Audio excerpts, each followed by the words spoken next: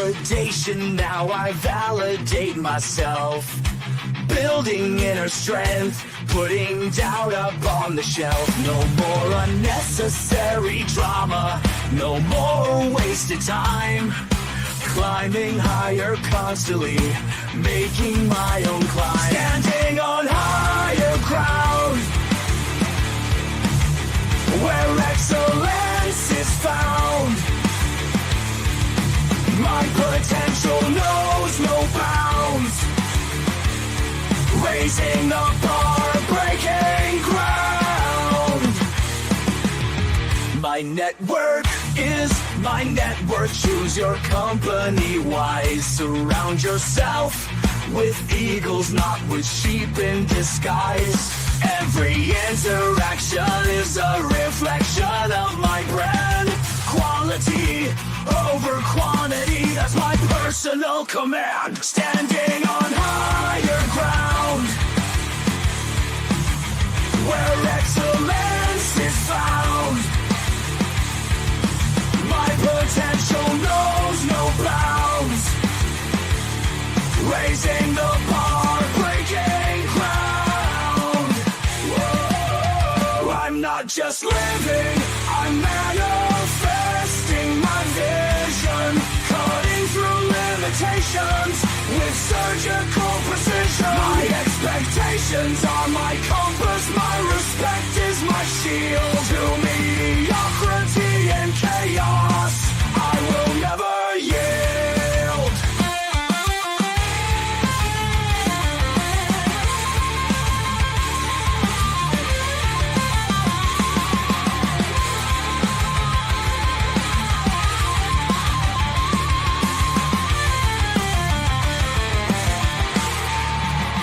I'm not just living, I'm manifesting my vision.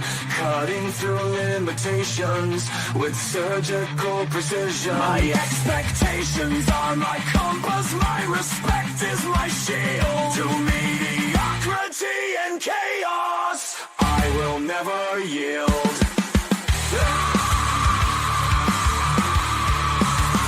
Standing on higher ground, where excellence is found. My potential knows no bounds. Raising the bar, breaking ground.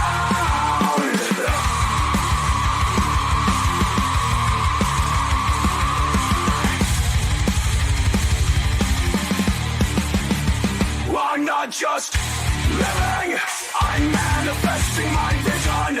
Cutting through limitations with surgical precision. My expectations are my compass, my respect is my shield. To mediocrity and chaos, I will never yield. Look at that, I pushed the button and then did this. There it is.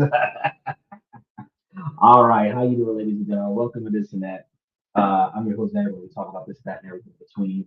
I see a lot of y'all just flooded in here. I really appreciate y'all coming here. Now, we're supposed to be talking about today what happens to the money that you stash away. So we're going to have this pretty in-depth topic. I want to make sure that I tell you guys to take the opportunity to like, subscribe to the channel, and mash those reaction buttons, because as I tell you on a regular basis, we do not let the sun rise without going live, but we don't always start on time, and that's why we ask you guys to like, subscribe, and mash those reaction buttons, right? But we also expect for you to hit the notification button so that you know we go live on time. And then we also remind you to go and take a look at what's going on in the membership. I have actually spent the whole afternoon making sure that updates for the membership is happening on a regular basis. And then being weekend, I should be able to give you guys some of the numbers, because we are following the values of the precious minerals. So you should be seeing that release probably scheduled for tomorrow at lunch, as we keep track of everything else that's going on. Now we have shows scheduled every night of the week. You should see, if you've gone to the channel, you see the show through September right now, as we are in July. The majority of August is done and over with, and we are filling in all of the blanks in September. And as you see that, You have the ability to hit the notification button on all the shows of interest or just all of the shows, just so that you can make sure that you're here every day. Um, and since we have different topics every night of the week, we do theme topics. So on Sundays, it's questions and comments from fans. Monday, Tuesday, Wednesday, business and politics. And Monday, we talk about how politics negatively impact your ability to make save and invest money. On Tuesday, we talk about different countries. No, Tuesday, we talk about different ways to make save and invest money. So after we talk about how changes are occurring on Monday, whether they're geopolitical changes, trade changes, local changes, um, that impacts your ability to make, save, and invest money. Then we start talking about different ways under the current economy to actually make, save, and invest money, whether it's earning money online, starting up a side gig, automating something that you've already got going on, or taking money that you've earned on your W-2 job and putting it in places where your money makes money for you. We cover all of those aspects, different places to save money and invest money versus budgeting money. We've been doing some research as of late because different scenarios benefit different people because like if you're living on Social Security, SSI, you can't hold more than $2,000 anywhere, or they'll cut off your benefits. But if you have an SSDI, you can potentially put money away until you reach like 65 or 70 years old. So it depends on what kind of lifestyle you have and whether or not you're willing to limit yourself to the restrictions of the programs that you're involved in determines whether or not you're capable of transitioning into something that's a little bit more self-sustainable and potentially more lucrative. Um, these are the things that you have to figure out for your individual situation. And that's why we cover all of this stuff throughout the week. On Wednesdays, we give you guys different countries around the world that you can potentially invest in as well as live in more effectively. And then Thursday, Friday, Saturday, today being Saturday, we give you guys information about self-improvement, personal development, relationship topics, socialization, negotiations, building a brand, and then raises, promotions, retirement, forced retirement, and termination. Let me give you guys all of the reasons why and different ways to build your 20 to 30 year plan so that you guys actually can start thinking about for yourselves exactly where you want to be and how you're going to get there.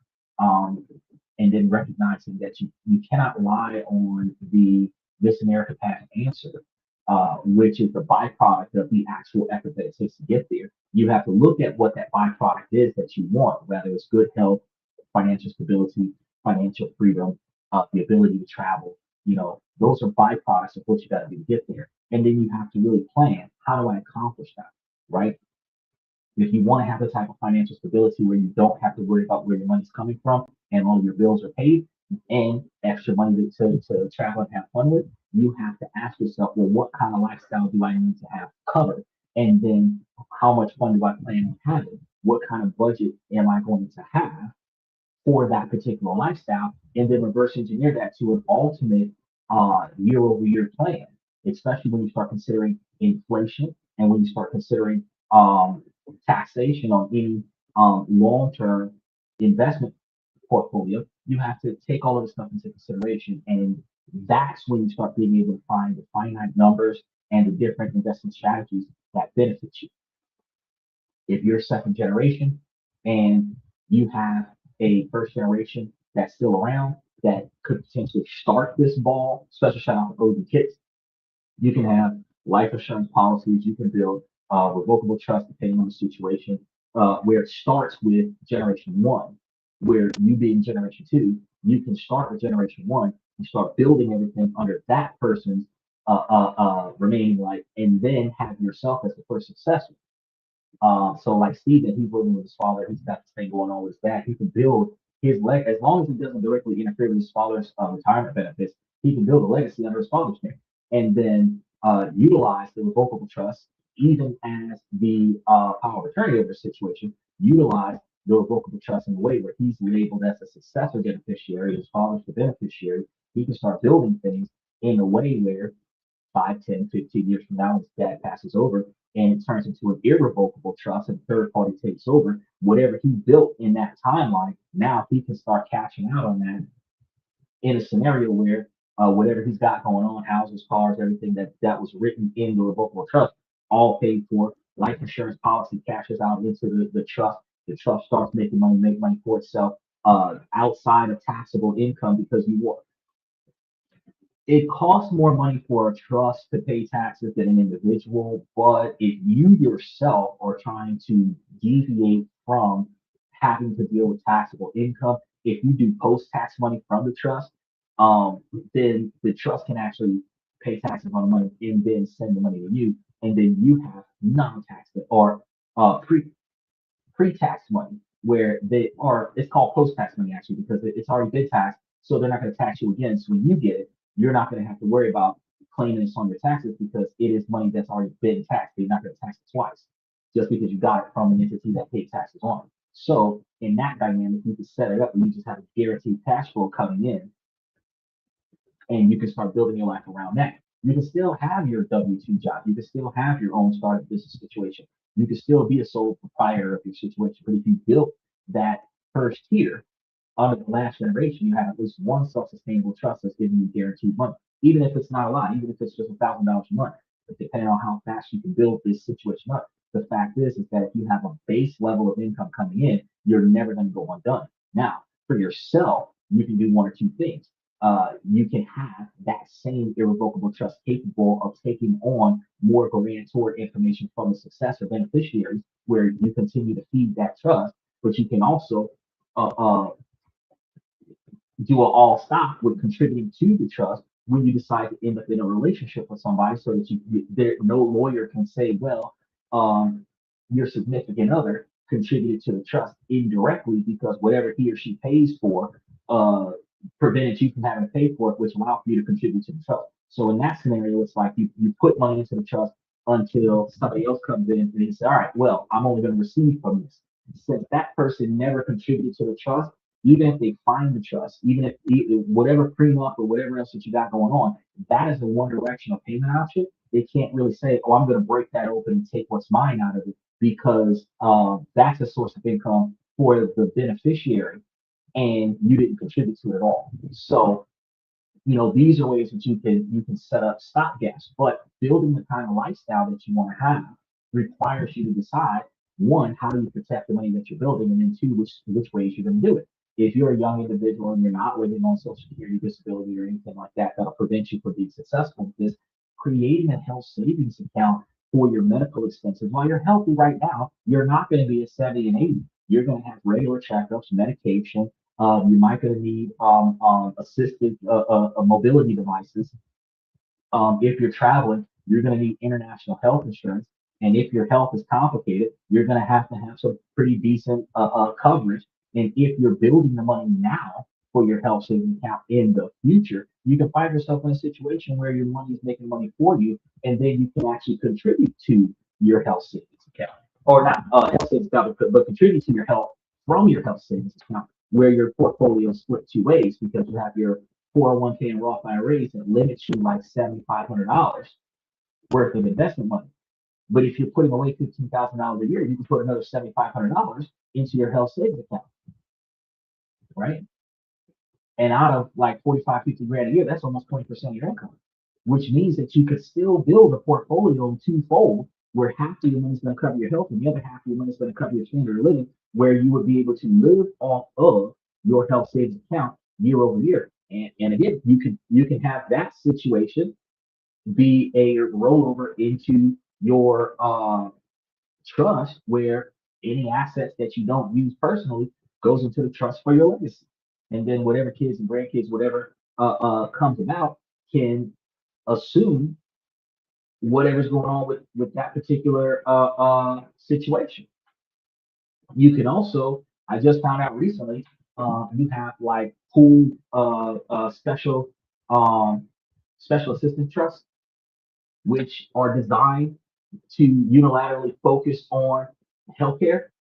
Well, if you build one and you got your health savings account and the health savings account goes into that trust, I would have to pull up some details to put it into the membership how that works. But if you have a trust document that says, well, everybody with a health issue is going to be is listed on this trust as a beneficiary, and this particular trust account will cover whoever's medical expenses as long as they're on this trust. Now you've got one trust for your medical bills and one trust for your estate. If you cover all of your bases, you're going to have probably quite a few trusts, but you're going to have a bunch of third parties that are assigned to making sure that you don't lose shit. Where the hardest part of your day is making a few phone calls and making sure that everybody's doing what they're supposed to do, and then or receiving a few phone calls and making sure that everybody's debriefing you on what they need to do so that you can make sure that your money's right, so that you can just keep living life with little or no stress, right?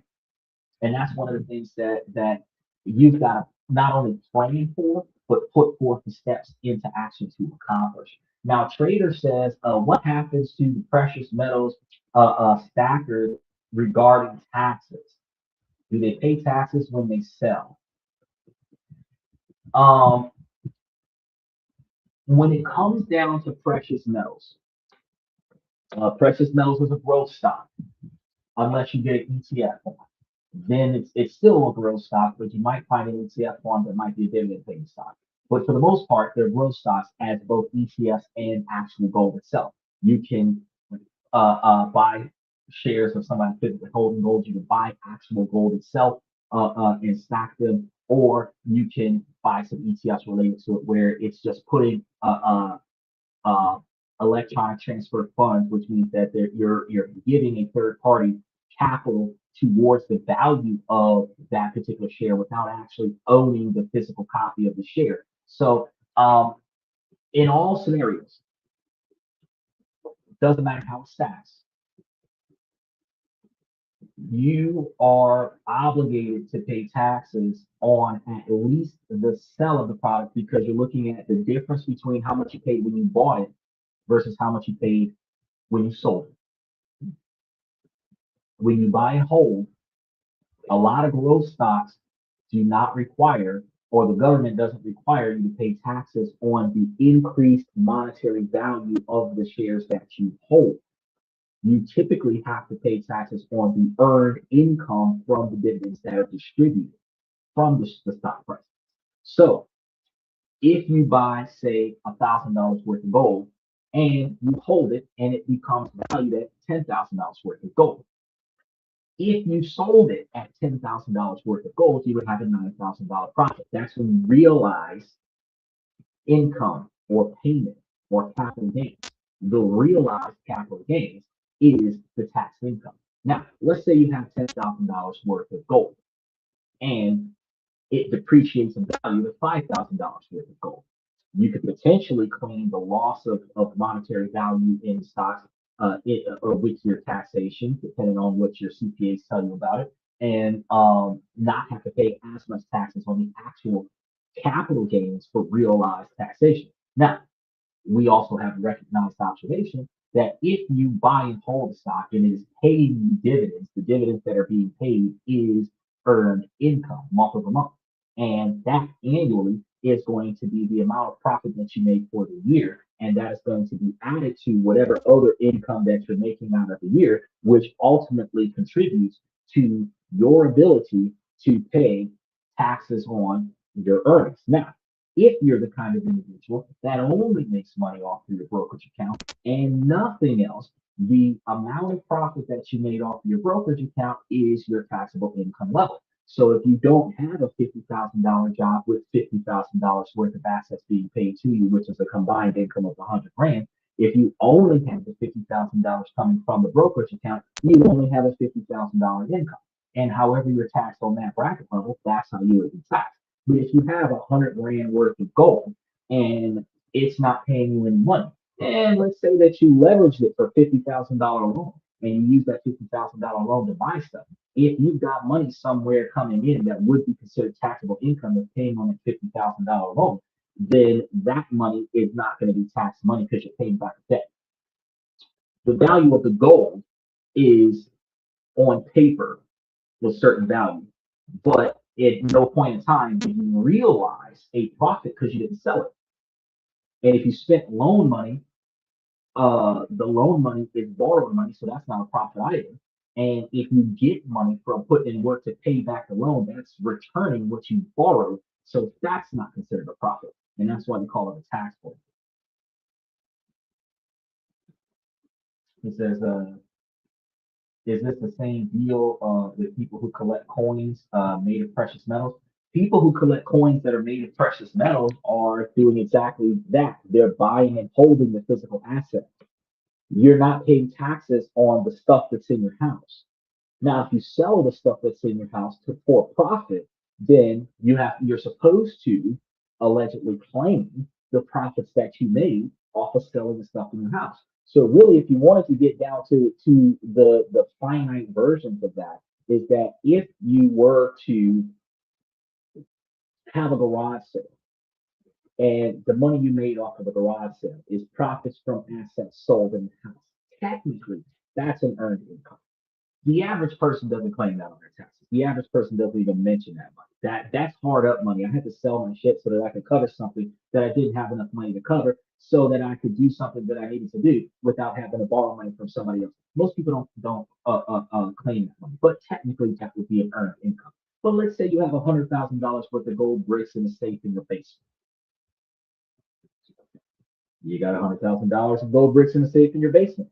The safe, the bricks, the certificates of authenticity that are in the safe just stuck until you sell it. So, are you supposed to pay taxes on the stuff in your house? No. Most states only have you pay for property taxes, and some states actually have you pay taxes on ownership or possession of your vehicle. And that's in addition to like registration fees that you have to pay for the plate. But nobody has to pay taxation of any kind for the stuff that is in your house. Now, when you start holding physical gold, silver, platinum, uranium in your house, some people like to put insurance on it in case it gets stolen. Well, depending on the insurance policy that you get and the storage facility that you have, the money that you pay to preserve your precious minerals and protect it from a theft turns into the loss of investment, because like it took from the 70s to 2026 for gold to go from $200 to $4,000. So almost 50 something years passes by, 60 something years pass by in order for you to get a $4,000 or $5,000 increase per troy ounce. Now, so let's say you have 1 ounce of gold, you put up $200 50 years ago or 60 years ago, and now it is worth $4,300 more. Well, if you're paying $50 a month for the insurance policy, and it's not going to be $50 a month, but let's say you were paying $50 a month, that would be $500 every 10 months, right? Which would be $5,000 every 100 months. Now, let's look at 100 months. There's 12 months in a year. Uh, so every 2 years is almost a quarter of 100. So you're looking at 8 years, 8.5 years, you would have spent $5,000 on the policy. Your value over the course of 50 years or 60 years would have been $4,300. Within the first 5 years, you would have spent more money than the growth of your possession of your gold. Now, what some people do is they'll buy it, hold it, not insure it, not do anything with it. They'll just have it, right? If they have the certificates of authenticity, they'll just have it. Now, you have it at your own risk. Somebody takes it, it's gone, right? But if you have it at your own risk, you're not paying any money to store it, you're not paying any money in case it gets stolen. You can actually take that gold and then go somewhere and then sell it.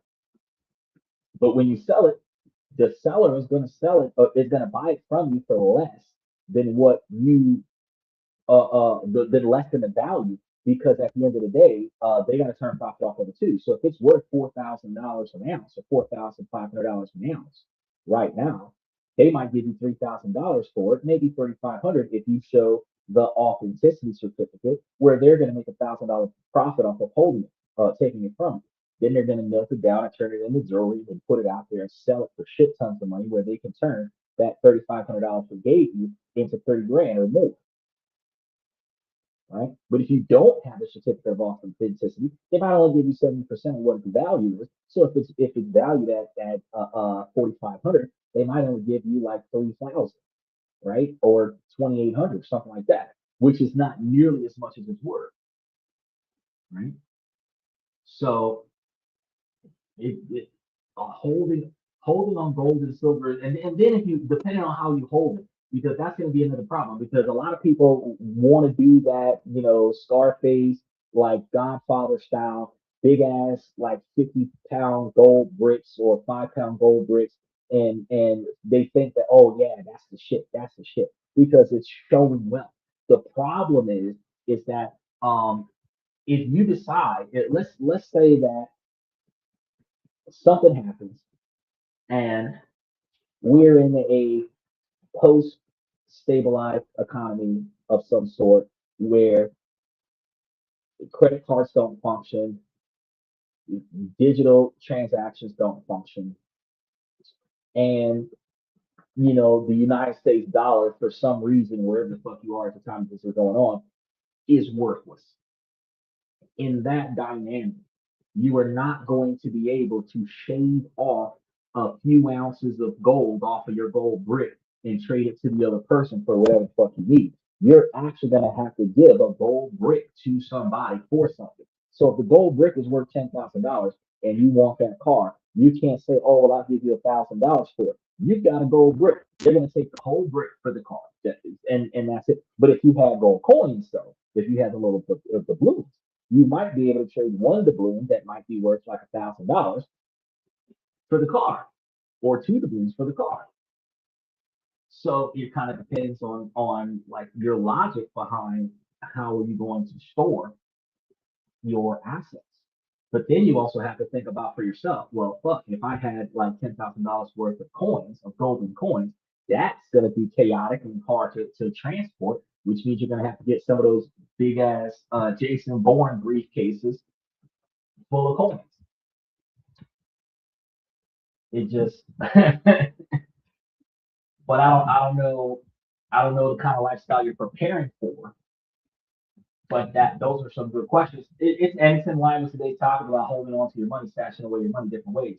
Now, FX Trader says it's funny, but the increase in the price of gold is usually due to inflation. So you're forced to pay taxes on a profit that was created by the currency inflation. It's crazy. Well, the value of gold increases based on the volatility of the stock market because people believe that businesses are going to go under, and businesses have gone under. In 2018, you had businesses collapse. In 2000 and I want to say 16, I think we had some issues with some businesses staying afloat. And I know during the pandemic we had a lot of businesses go under. So wealthy people moved their money from volatile stocks to gold. And that's why the gold goes up, not because of inflation. Inflation goes up because poor people spend more money on shit. And then when big businesses have to spend more money to get stuff, they charge more money for the stuff, and the consumers are willing to pay for it. As a result, the more that you're willing to pay for something, the more something's going to get charged. That's what's called the price point. So gold is not going up because of inflation. Gold is going up because more people are buying into gold because of the volatility of the stock market. Same thing with silver. Silver is going up because it's cheaper than gold, but silver is going up because of the volatility of the stock market. So the entire market, the entire trade market is volatile right now due to the oil crisis. So that's going to be your biggest issue, right? So you're not being taxed on the profits from inflation. You're being taxed on the profits from you selling off your shares, and the selling off of your shares, the increase on your investment came from holding during volatile times when other people bought into something you already had and then you sold high. So it's not directly related to inflation. Gold is not directly related to inflation. Gold is directly related to volatility, and volatility doesn't always contribute to inflation. Geopolitical conflict contributes to inflation. Trade route problems create inflation. Extreme quantities of access capital in the lower class, in the bottom 50% of incomes, contributes to inflation because people who don't save money, who spend every dollar that they get, as soon as you hand them a $500,000, they're going to spend it as quickly as possible. They're gonna find a way to make the least quantity of highly expensive transactions that they can to make sure that they live the best life that they can while they still can, and then they'll go back to being broke as well. He says in the past 2,000 years, a cow still costs the same number of ounces of gold, regardless of the inflation rate. Right. If you're buying it by the pound, it's still going to be the same price. But if you think about quote unquote inflation rates when you start talking about that cow, the cost of the cow has gone up. Because if a cow is worth 5 ounces of gold from 1970, and a cow is worth 5 ounces of gold in 2026, it's still 5 ounces. But gold was $200 an ounce back in the day, and gold is now $4,500 an ounce today. So a cow that was once worth 5 ounces, what was once worth $1,000, is now almost $25,000. So when you start talking about trade,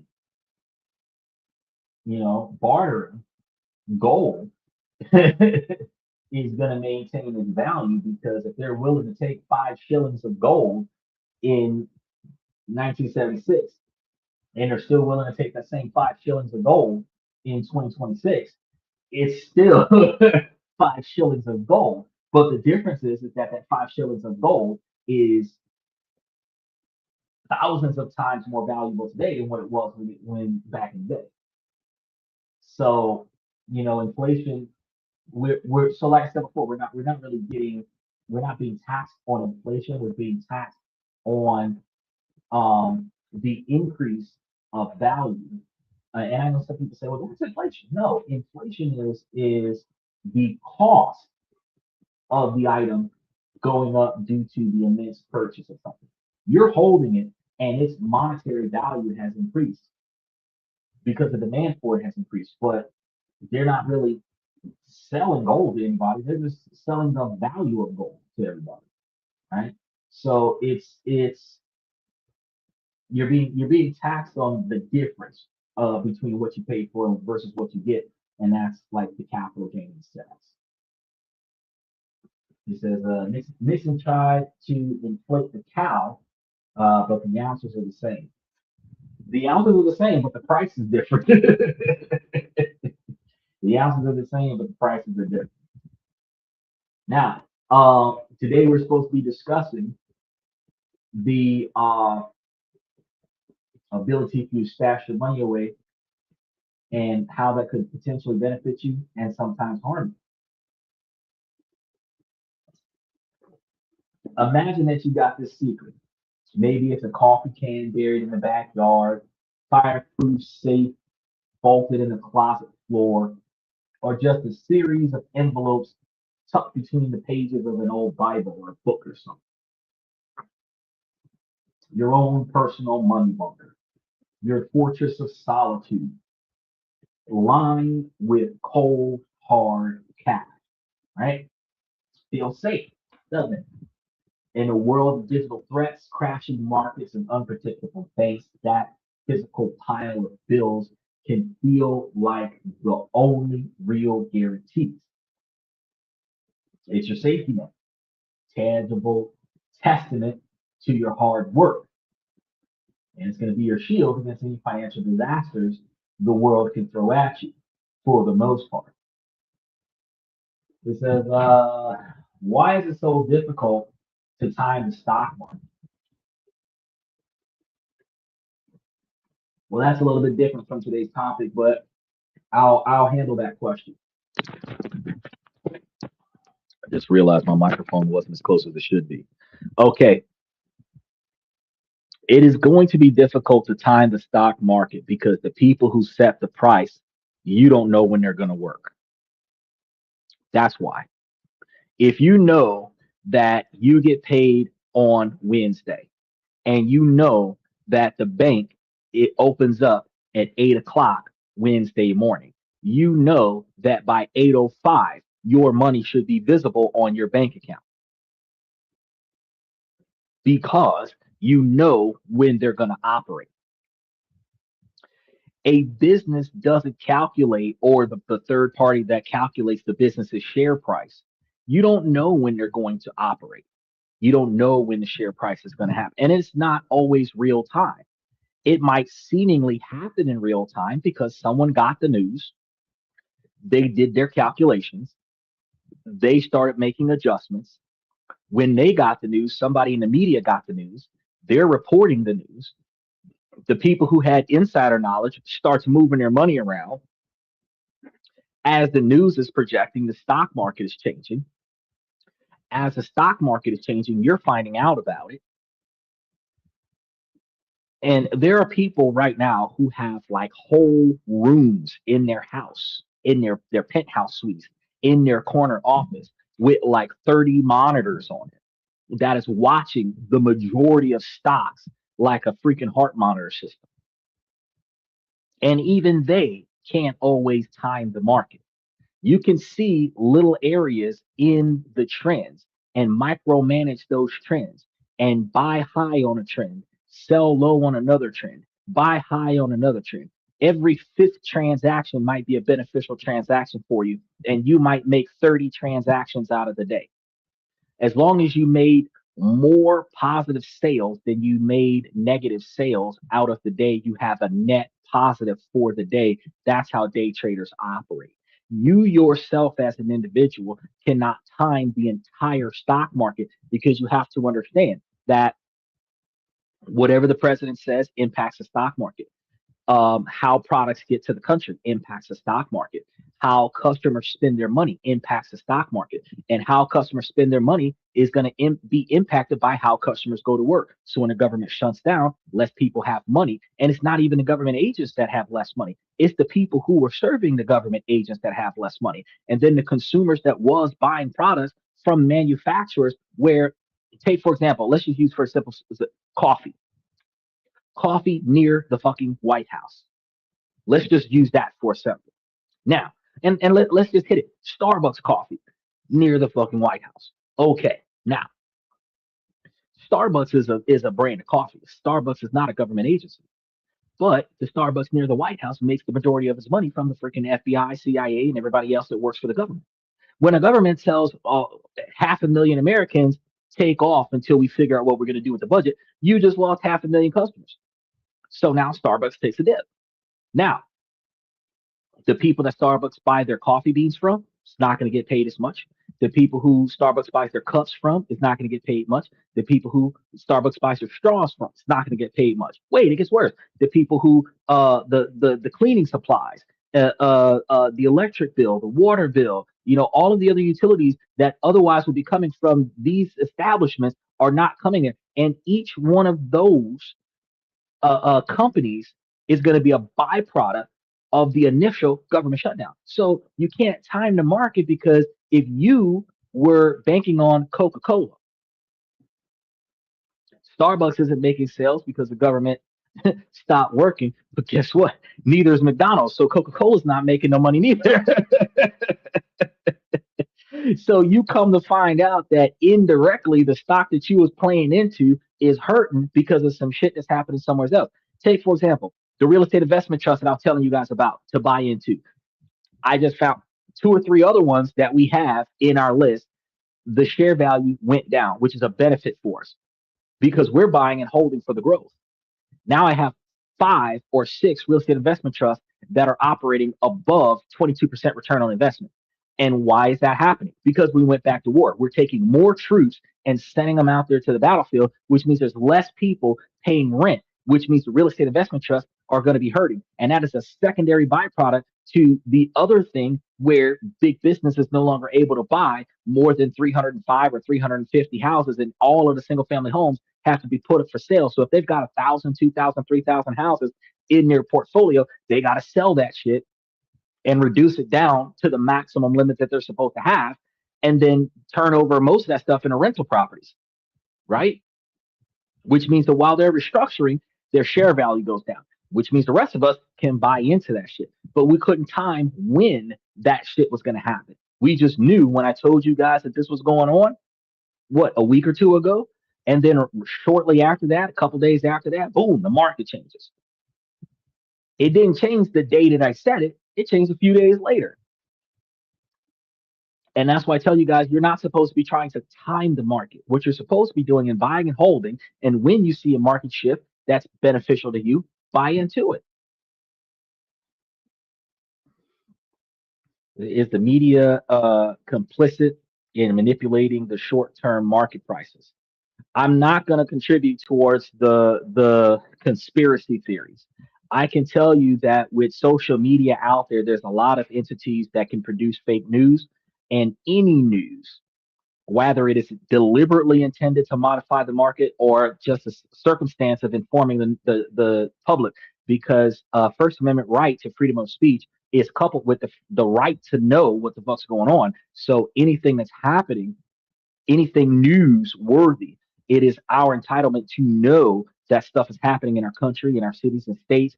If internationally, if our sons and daughters and parents are overseas involved in conflict, it is our right to know that they're okay. So it is our right to know what conflict that they're in. We might not be allowed to know the military strategies that they're doing, but if we know that our troops are in Iran, we need to know how that is going. So if that news ultimately makes gas go up to $7.50 an ounce, a gallon, then shit, it's going to go up to $7.50 a gallon because we have the right to know, right? Self entitlement.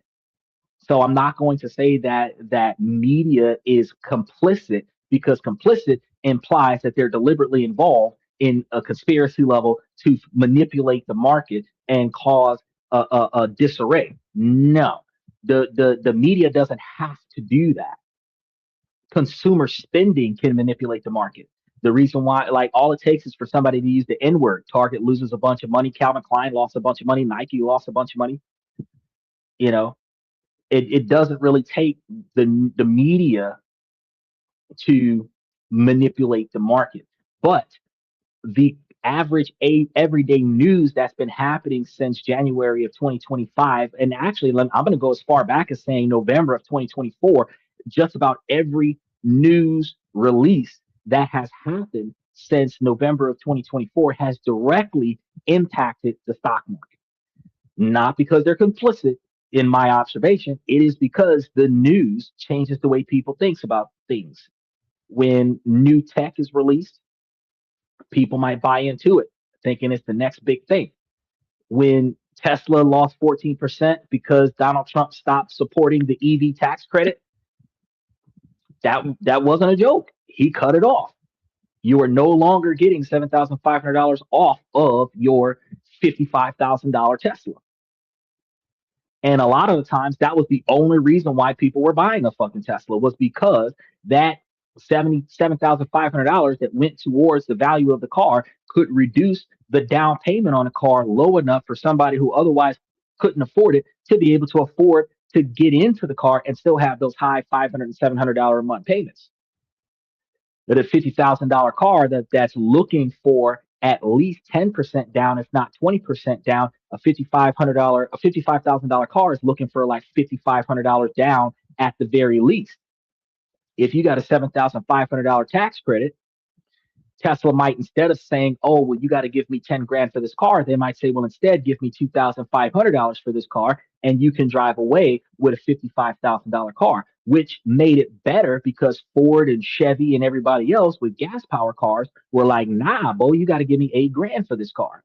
Well, if there's a $7,500 tax credit towards this exact same vehicle, you only got to give me $500 for this vehicle, because the cost of getting yourself locked into this deal is not going to change. It's just the government was giving $7,500 towards the deal, which benefits you in the long run.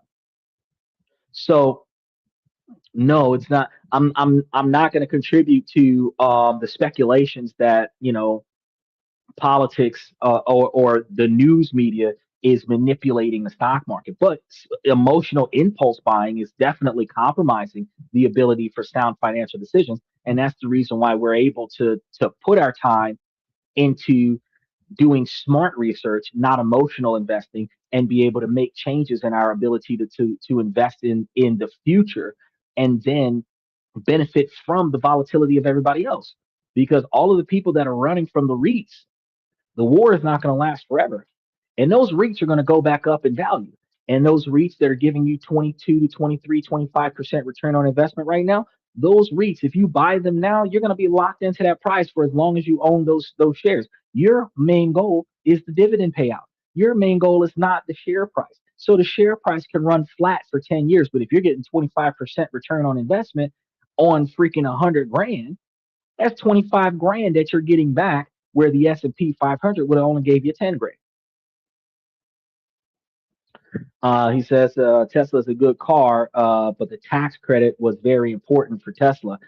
Tesla is okay. You're gonna make me talk trash about Tesla. Okay, so Tesla is an electric vehicle, and the problem with electric vehicles now, Tesla is probably one of the better manufactured electric vehicles. I'm going to start there. However, the power consumption of a Tesla is going to be based on the weight capacity of the individuals that are in the vehicle and the performance styles of the driver. I, at 20 miles to the gallon, 25 or 28 miles to the gallon, can take my 2008 something or other and do 105 or 115 on the interstate and be able to run that for 300 miles. No problem.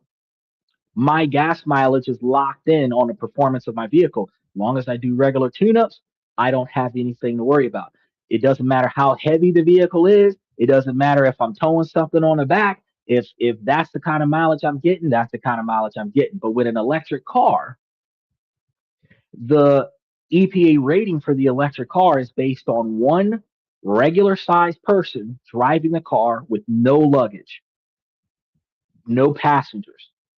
So a Tesla with a 300-mile rating is going to be a Tesla that is driven by an average person, something close to 130 to 155 pounds. Now, put a 240-pound person into that Tesla, the mileage is going to be different, probably 275, 280. Then, if you put 4 fat people in that bitch, now that same Tesla rating might go down to 200. Now, take the driver of that Tesla is trying to ride on the interstate at 90 to 100 miles an hour, and it is clocked at 300 miles per charge for the average speed of about 55 miles an hour. If it's doing 40 miles an hour more than that, it's probably not going to do the 200. It's probably only going to do the 100. So now, off of a 300-mile charge, you're only getting 100 miles of performance. And that's if you don't have suitcases and other such stuff on the vehicle that could potentially have you have that 300-mile range give you like 50 to 75 miles. You still have to go somewhere and waste a half hour charging it up, but you might be able to burn 75 miles on a full charge because it is overloaded. Now, the design flaw in that is that you can't push a Tesla to the same limits as a gas powered vehicle because the battery is not going to last as a gas powered vehicle would. So, because an electric vehicle doesn't have as many components that can break down, Tesla does have a type of warranty on it where they send maintenance people to the car to fix the car instead of you bringing it to the shop a lot of the times. Because why bring it to a mechanic shop when the most that you need to do at a mechanic shop is tires, rims, and brakes?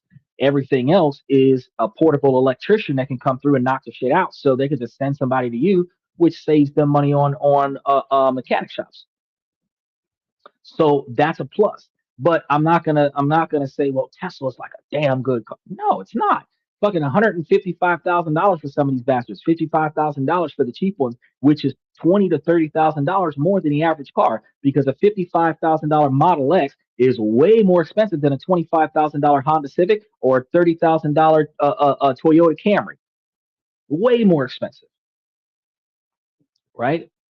And now they're GPS tracking your shit. They're audio monitoring. They're monitoring your vitals, retina displays, all this other stuff. Oh yeah, it personalizes the car so that somebody else can't steal the car. But now you're getting DUIs because your car's ratting you out. You're getting traffic tickets because your car's ratting you out. No, I don't want to deal with that shit. They just said that like 30 something states is issuing tickets for using your cell phone while driving. If Tesla is recording you using your cell phone while driving, you're gonna start getting tickets in the mail because your car is ratting you out. I'm not dealing with that shit. I would prefer to have a 1980s gas guzzler getting 8 to 10 miles to the gallon, and nobody knows what the fuck I'm doing behind the wheel of the car until the car gets crashed. And it's my word against yours if I don't have a dash cam. But my dash cam ain't pointing at me. My dash cam's pointing at the outside of my car because I'm not trying to incriminate myself for no reason. He says, I agree the war is not going to last long because the president finally figured out that he needs to use some brute force to finish the job. He been knew that he had to use brute force to finish the job. But the problem is that he can't use the kind of brute force that he would Hiroshima the situation because he needs the oil below ground. Because really, if he really wanted to put a stop to the situation, it would require him to destroy the oil reserves. He would just bomb the country in ways where the military would not survive. He's not doing that because he wants the oil underground. If you bomb the surface, you damage the oil underground. So he's not doing that. He's there for the money. So he's not going to do what would need to be done to put an end to the wars because he's trying to make sure that he preserves the reason why he's going out there in the first place.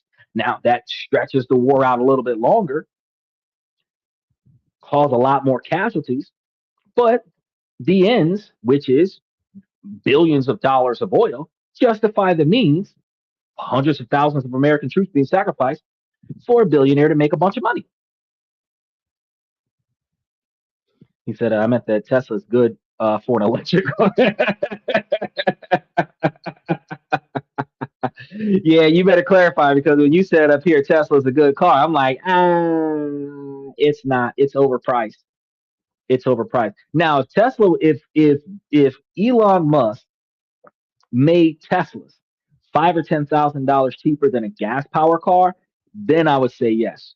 If he went the extra mile and sold the battery packs, even if they were like $1,000 a battery pack, you could buy 5 battery packs for your Tesla for the price of a replacement used car.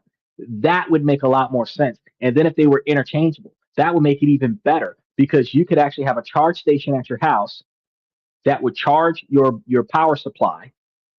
You would be driving your power supply, doing what you got to do, come back to the house, disconnect your power supply, and swap the shit out. For those able-bodied individuals that's capable of doing that, that would make perfect sense, and that would eliminate the standby time. Likewise, and I think Kia was the one that had that where you could just click them in and just add more power, more battery packs to it. If you had that situation where you could add more to the original power supply that Tesla has, where yeah, they've got a 300-mile rating, but you could just add like 5 or 6 more in there, and now you've got like 600-mile rating. If you was trying to take a long distance journey, you can now go 300 to 600 miles, pull over, check into a hotel for the day, take a nap, rest in the pool and stuff, get back on the road, and the car would be fully charged and it would make more sense. But right now, yeah, you can't do long cross country travel with a Tesla. I mean, you could, it's just inconvenient. You're the $1,000 battery Tesla. Yeah, damn right. Because right now they're $5,000 aftermarket if you find them at the right place, sometimes used, and then $10,000 brand new. And $10,000 is a Nissan Versa, like a brand new 2026 Nissan Versa. So why am I going to pay $10,000 to replace a battery pack for a 2016 Tesla when I can pay $10,000 for a 2026 Nissan Versa? When you start talking about opportunity costs, $55,000 for one Tesla and $55,000 for 5 Nissan Versas, I would prefer to have 5 fucking Nissan Versas in my driveway where motherfuckers look at me like, you must love you some Volkswagen. No, I just like having a reliable car sitting in my yard while 2 cars are in the shop. And then if you get them all the same fucking color, VIN number, damn near everything except for the last four. Nobody could tell the difference between which car is which car. You could just put one of them on the fucking insurance and leave the rest of them lying in the yard and just put one in the shop and bring one back and move the plates from right to left and nobody be able to tell the difference. But for $55,000, you could have 5 Nissan Versas instead of having one Tesla. So yeah, when you when you say it's a good car, I'm like, I don't know about that. These are the environmental nut jobs almost banned all gasoline cars. That's what we were covering on the show a couple weeks ago. You missed that show. But California was doing that because they're not really environmental nut jobs. People say that when people do stuff that they're crazy because nobody agrees with what they're doing. The people who are doing that are the people that are invested in EV vehicles. So they were going to ban gasoline vehicles because they are invested in the automakers selling electric vehicles at $20,000 to $30,000 per vehicle more than what they're currently selling vehicles. It would also force more gas owners to sell or trade in their gas vehicles for the vehicles that will monitor every person in the vehicle. So it's a two-part process. It's not just about the money. It's about government monitoring because you sign a contract to use the vehicle.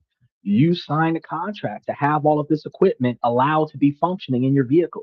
You accept the terms and conditions of your data in this vehicle to go to the company and a lot of times be sold to someone else. And you don't even know who the someone else is. So when you get into a brand new 2026 or 2027, there's cameras all over the vehicle. You can't even see them all. But what happens is that now they know what you're doing, who you're doing it with, and where you're doing it at 24/7 because you would agree to the terms and conditions. We just covered the topic about the trade-off between your convenience and your privacy. The convenience of having a self-driving vehicle that's automated whenever you want it to be, that's voice activated whenever you tell it to do shit. The convenience of having that nifty sci-fi stuff comes at the convenience of having your car wiretapped 24/7, GPS tracked 24/7, video recorded 24/7, which puts you in a position where your privacy is gone for the sake of convenience. And that's why I warned y'all. I'm like, shit, with the way they're doing what they're doing right now, bro, I'm gonna go buy me something that was made before the 90s. So that I don't have to worry about what they got going on. Uh, so to me, I'm like, well, it makes no sense to go to sacrifice myself and my privacy for the convenience of something that drives itself. But yeah, I was hip to the first idea of yeah, I want a car that drives itself, especially one that I can make money off of. He says, good point. They invested or their friends invested. You're right. Okay, hold on. It's Matt says how properly caring about the environment makes you a nut job. I do agree that that doesn't really make you a nut job. Caring about you came into that on the back end, so you and I have the same observation on that one. He says the only dumb people are the people against the environment. Okay, so people aren't necessarily against the environment. So I'm going to disagree with your comment on that one. The people are might be misinformed as to what's happening with the laws and rules and regulations that are supposed to be attempting to preserve the environment. Because while we never understood global warming, we understand that our seasons have shifted by 90 days. Think about it. Starts getting hot in July. July, August, and September are some of the hottest months out of the year. And that used to be May, June, and July. It shifted by 90 days. Where the peak of summer used to be July. The peak of summer is now September. It's shifted by 90 days. And we start seeing the coolness in October, November, December when the fall happens. And that used to be the winter. And now we have like snowfall in January, February, March. That's the spring, but that is now the new winter. The seasons have changed the whole 90 days due to global warming. But people don't know what's going on a day-to-day basis because they don't pay attention to that. Now, people are not against the environment. They are against the laws, rules, policies, and regulations that are made that compromises their ability to function in life. And some of those laws, rules, and regulations actually are designed to benefit the environment. So you got to understand, because we have lived what 200 plus years not giving a shit about the environment. We just feed off the land, industrialize it, maximize it, automate it, make profits off of it. And then people started saying, you know what? We're not going to have a world to live on if we keep doing it like this. We're probably going to have to change the way we do things to extend the life of our planet. So, now you've got some laws that are designed to extend the life of the planet, and you've got some laws that are designed to be convenient for people today. Extending the planet might be inconvenient today, and the benefits of today might not be convenient for the planet in the long run. That's the conflict of interest. It's not people who don't like the environment. I'm not going to say, fuck trees. I'm going to cut down. I probably got 100 trees on my property right now. And I don't want my neighbors to trim the branches on my trees. But I don't want an electric car. So am I environmentalist? Or am I just procuring my own investments and my own assets and my own personal interests? He says, nobody's against the environment, only against the scams. Thank you. I agree with you, Trader. Because humanity is making Earth unlivable for humanity. Okay, yes, that's what industrialization does. It feeds off of the land, and without replenishing. But then hold on. When you say, well, Earth, people on Earth are making the Earth unlivable. Think about this. It takes 20 years of carbon pollution to create a Tesla battery. A Tesla battery gives you probably 10 years worth of battery life for 200,000 miles, depending on how much you use it. So you need 2 Tesla batteries to live a 25-year lifespan for a Tesla car. It takes 20 years of pollution to make 1 Tesla battery. You are not saving the environment by buying a Tesla. You are just polluting the environment today to, if you keep the car for 25 years and not have to change the battery, reduce pollution in 25 years. So if it's a washout where pollute the planet now and then not pollute the planet and have a status symbol, or pollute the planet as you go and not have a status symbol, the difference between the two is absolutely nothing. They have not created a way to not pollute the planet until they start taking like uranium and other such nuclear power systems and putting them into vehicles where the vehicles will never need to be recharged or refueled again. That will save the planet. But it would have an extensive quantity of radiation that humans would have to adapt to. And the government hasn't allowed that.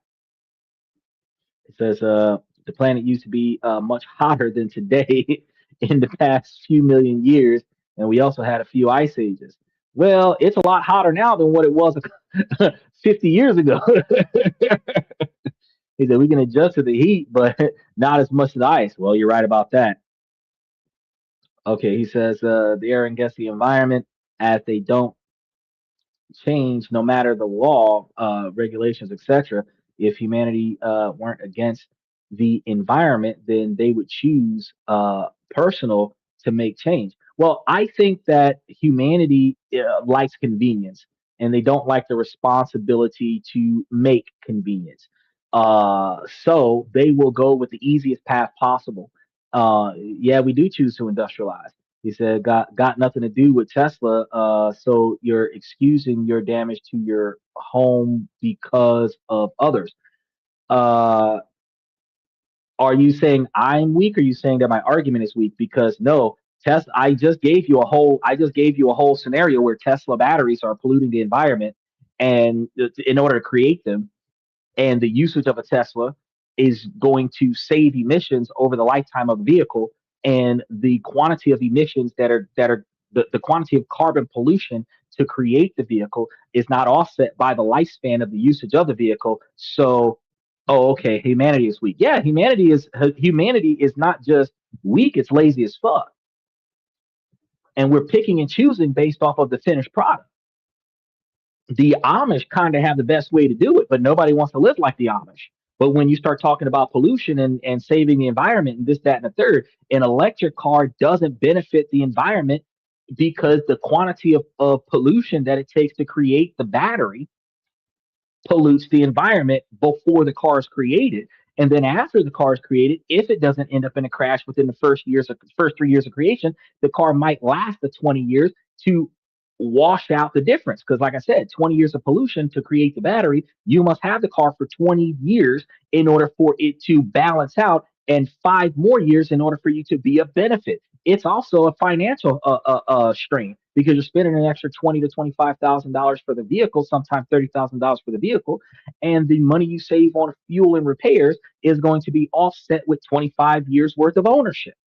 So if you own the car for 25 years, you get a return on your investment. But if you don't, you spent more money, opportunity cost for that car than what you would have spent for a gas power car that would have done the same thing, just distributed differently.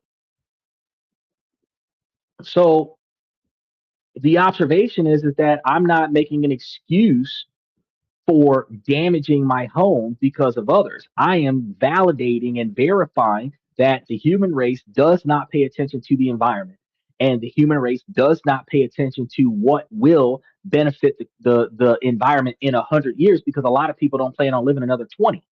Therefore, the human race is going to pay attention to what benefits them today and what might benefit them over the next 5 or 10 years. And anything beyond that, they can give two shits about. That's when they start deciding over convenience. So if saving the planet 200 years from now is the goal, fuck that goal. I want to have comfort over the next 3 to 5 years. That is not an excuse. That is rationalizations. An excuse is saying that I fuck up my life and it's not my fault, it's the president's fault. That's making an excuse. No, I'm not fucking up my life at all. I'm telling you straight up that the reason why and really the oil companies shut down California with the environmental laws, because I mean, if you outlaw gas power cars, California is like the third largest population in America that would not be buying gas powered cars and not be buying gasoline, which is a large majority of the population that would not be paying for oil. And they didn't want that. So they put a stop to it. That ain't got nothing to do with me making an excuse for nobody else. That's just me explaining to you what the hell happened. Trader said the next ice age will probably kill most of the people on the planet. Well, I'm not going to be around when it happens. He says because they excuse it by blaming Tesla laws, etc. No, we don't. It's not an excuse to blame Tesla or blame laws or anything to that effect. Um, and that's not what today's show is about. Today's show is about stashing your money in places and whether or not it benefits you or not. So we're gonna get back to today's show after this comment. Um, the reason why you don't see certain things happen is because of the agenda of certain people who have the most control over the situation. Consumers can spend their money in certain places, but big business decides where the money is allowed to be allocated. Now, for example, Ford, Chevy, Dodge all look the same. That's There's different performance models, different amenities inside of the vehicles, but they pretty much look the same. You're not buying one vehicle because it's better than the other vehicle. They're all the same. But when you buy one for the brand. That's consumer spending. The difference between buying a gas powered car versus buying an electric car is going to be the convenience and the status symbol. That's consumer spending.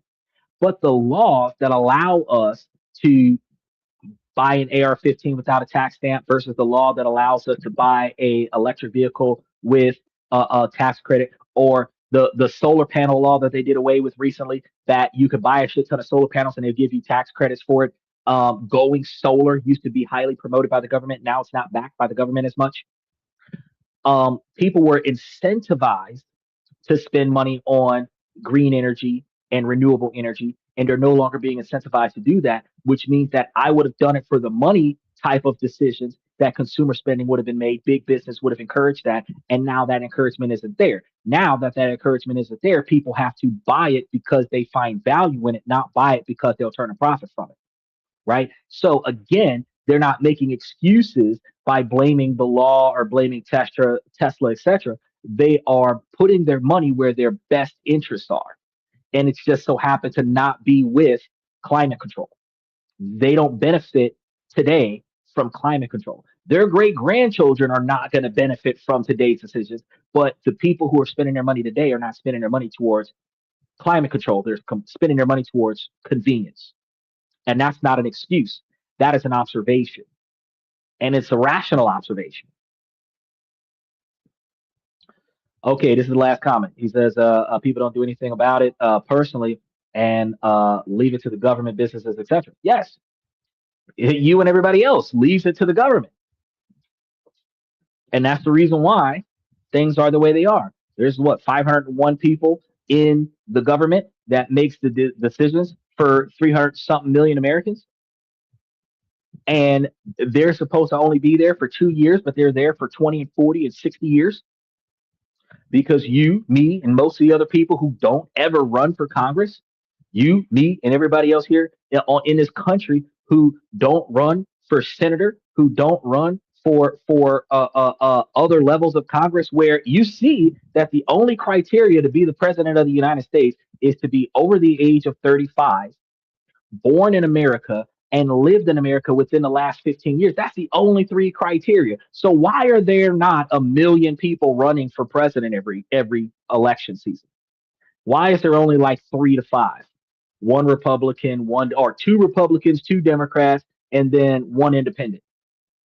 And then out of the two Democrats, the one with the most votes becomes a Democratic representative. The one with the most votes for Republican becomes a Republican representative. Then you have three. And usually what happens is that along the way, the independent party doesn't have enough funding to continue to trail. And it boils down to just a Republican and a Democrat. So two people every 4 years run for president out of 5. And then the rest of the population, popularity contest. I voted for this guy because I know him. I voted for this guy because I'm a Republican. I voted for this guy because I'm a president. I voted for a woman because I'm a feminist. I voted for that guy because he's black, but never because of the policies. Never because of what they represent and how they planned on and explained to us on how they're going to change this country. So yeah, we don't do anything about it and we leave it to the government. He says, nope, I make change that I can control. I mean, you say that, but if I make change that I can control, like changing the way that I build generational wealth for my family by not investing in things that don't benefit me now, you're going to categorize me and everybody else in this situation because, see, there you go. That gets you blocked. I didn't vote for it because if I would have put up a vote, I would have put up a vote for the $1.3 million that was going to be given to all the slaves. I told y'all that. So the guy that we got that guy because y'all voted for him. I didn't vote for him, but I'm gonna change the way I do business so that I can benefit from him. That's what I told y'all that. But like I told him, it's like, look, at the end of the day, when we make changes in our personal lives and we do the things that we need to do for what we control, we're controlling our own personal standard of living. We're controlling our own personal budgets, and we're not going to waste money on something that costs $30,000 more than something else just to say that we're going to save the environment, because we're not. And when I can't find a logical perspective to go down that route, then I'm not going down that route.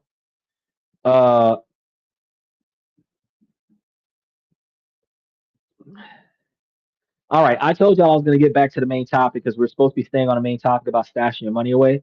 And this is the very last comment that I'm going to take about this because we're getting back to the main topic. If you guys want to talk about holding your money at your houses and whether or not you should invest the money or keep it in your house, then we can talk about that. But if you're not going to stay on the topic, then we're going to start seeing a lot of people get blocked today.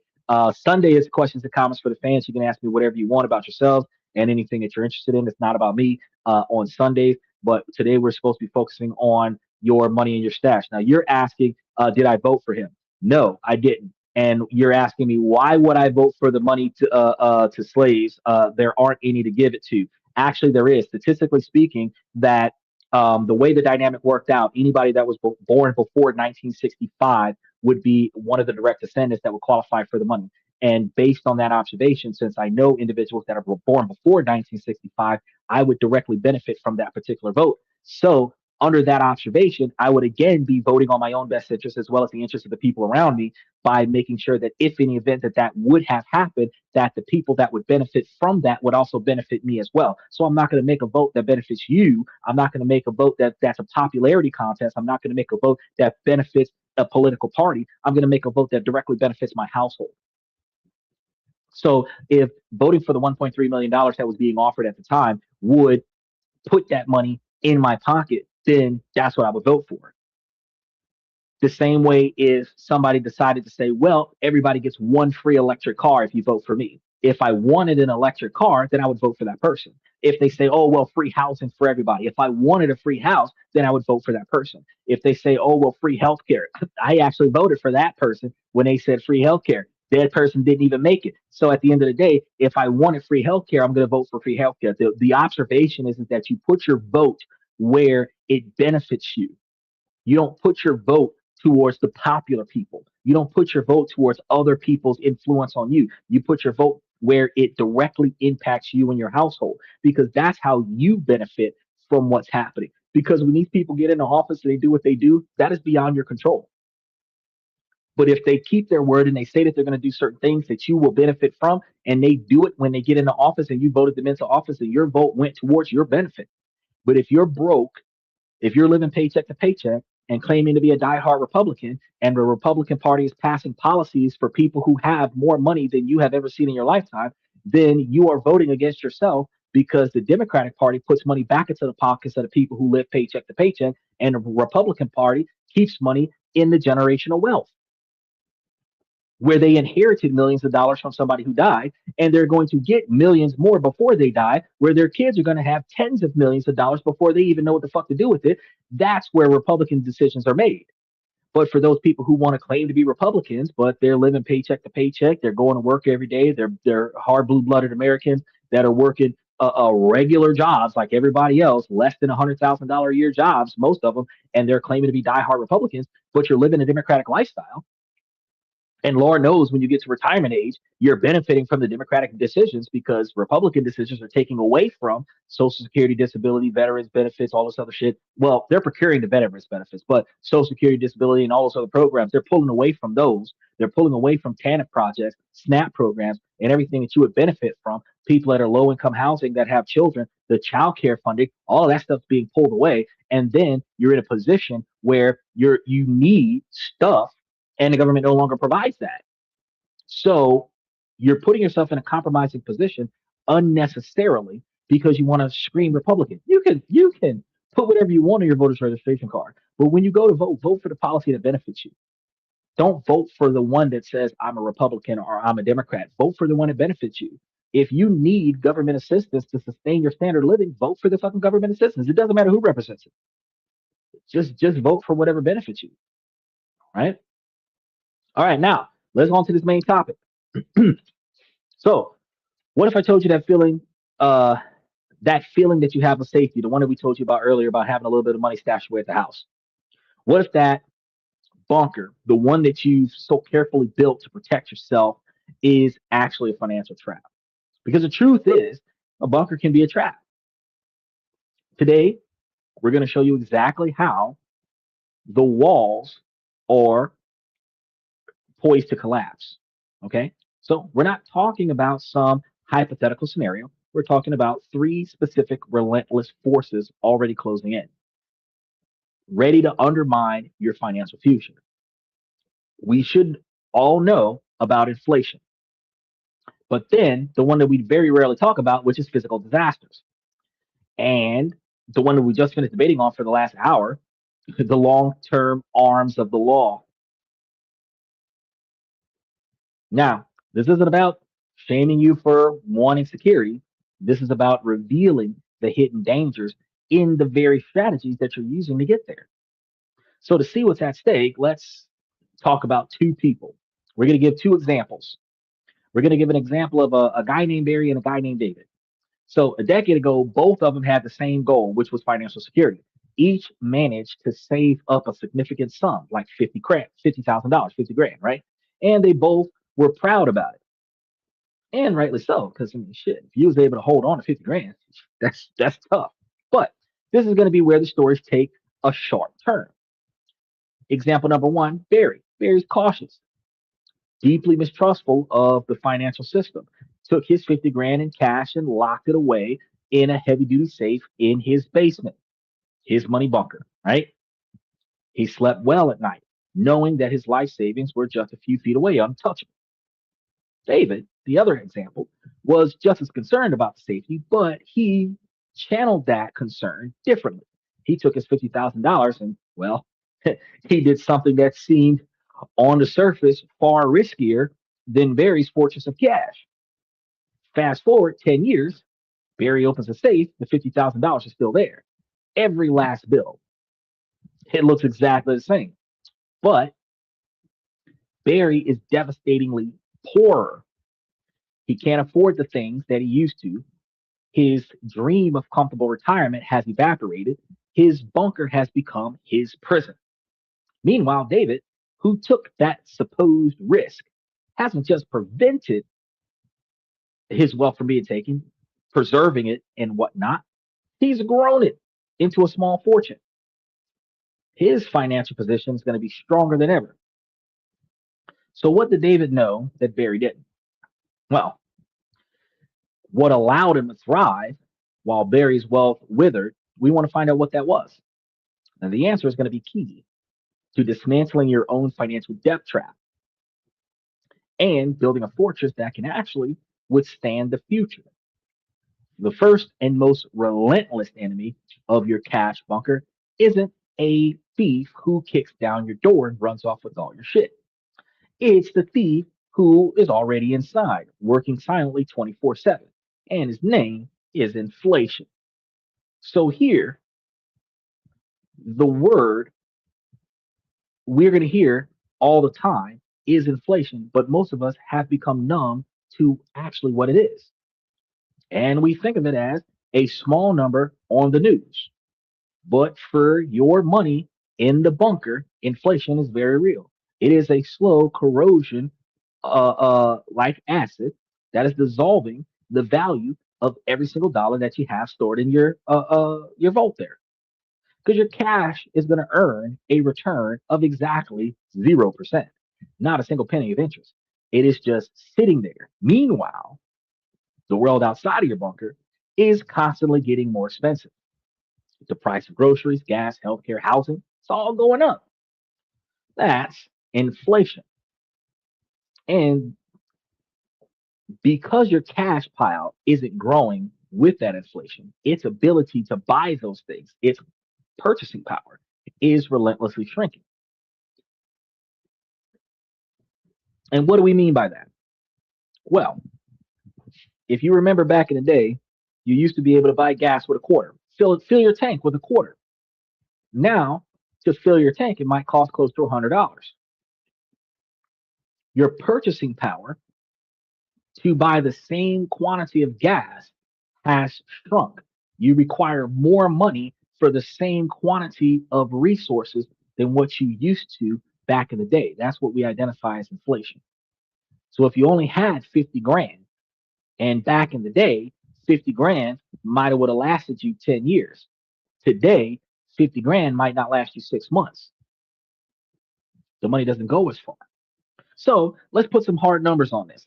As of May 2026, the annual inflation rate in the United States is about 4.2%. So to illustrate the long-term effects, let's use a conservative long-term average of around 3% a year increase. So if we remember Barry's $50,000 a year, let's see what this silent theft did to the inflation of his money, not even including or calculating taxation. After just 1 year at 3% inflation, his $58,000 can only buy what is about $48,500 worth of money could buy the year before. So we lost about $1,500 of purchasing power within the first year without even spending a dime. After 5 years, that $50,000 is now only worth about $43,130 in real spendable terms. So he's been robbed of nearly $7,000 in 5 years without having spent a dime. After 10 years, the timeline of our story here, Barry's pristine stack of $50,000 bills now has the purchasing power of just $37,200. So he has, over the course of a decade, lost over 25% of his life savings spending power. A quarter of his wealth just gone. He did nothing wrong. He didn't spend a penny. And yet he is profoundly poorer than what he was when he started. Now, what if inflation isn't a gentle 3%? We've seen all the periods where it's much higher, 4%, 5%, even 6%, or more than that in some situations. So let's run the numbers with a more aggressive but entirely realistic high inflation scenario, 6%. After 10 years at 6% inflation, Barry's $50,000 bunker is now worth a horrifying $27,900 in today's dollars. So he lost nearly half of his wealth, where his fortress crumbled from within, and he didn't even see it happen. Every trip to the grocery store feels more stressful.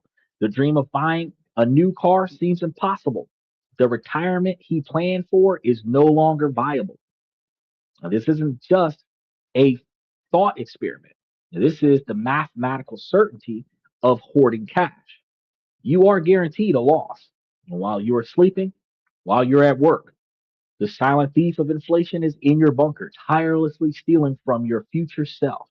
So you want to think about that money and what it's for. That $50,000 wasn't just paper to look at. It was for down payment on a house, a child's education, medical emergency, secure retirement. 10 years ago, maybe that $50,000 was 20% of the cost of a starter home in a nice neighborhood. Today, after 10 years, the real estate appreciation and monetary inflation looks at that same $50,000 might only be 10% of the cost. He hasn't just lost purchasing power on milk and bread, he lost the ability to reach his major life goal, which is owning his own house. The bunker creates a powerful psychological illusion. You open the safe, you count the bills, and your numbers are the same. Feels permanent, feels secure, but the numbers lie. The only number that matters is what can be bought. And that number is going down every single day. So holding cash is like trying to carry water in a leaky bucket. Now you can stand perfectly still, protecting it from everything, but you'll look down and find the water level is just lower. And you are guaranteed to lose in a game of wealth and preservation. So, inflation is constantly eroding the foundation of your money bunker. That's the passive loss. But there's a second, equally devastating force at play. And this one is about what you're not doing. It's the grand illusion that your cash stash represents zero risk. This is something called opportunity costs. And we've been talking about this on the show for a long time. The opportunity cost is simply the price that you pay for the road not taken. By choosing to lock your money in a 0% return bunker, you're giving up on the chance for that money to be out in the world working for you, growing and building your real wealth. So this isn't just about avoiding losses. It's about missing out on the potential gains over the long term. Now, This is the secret that David knew.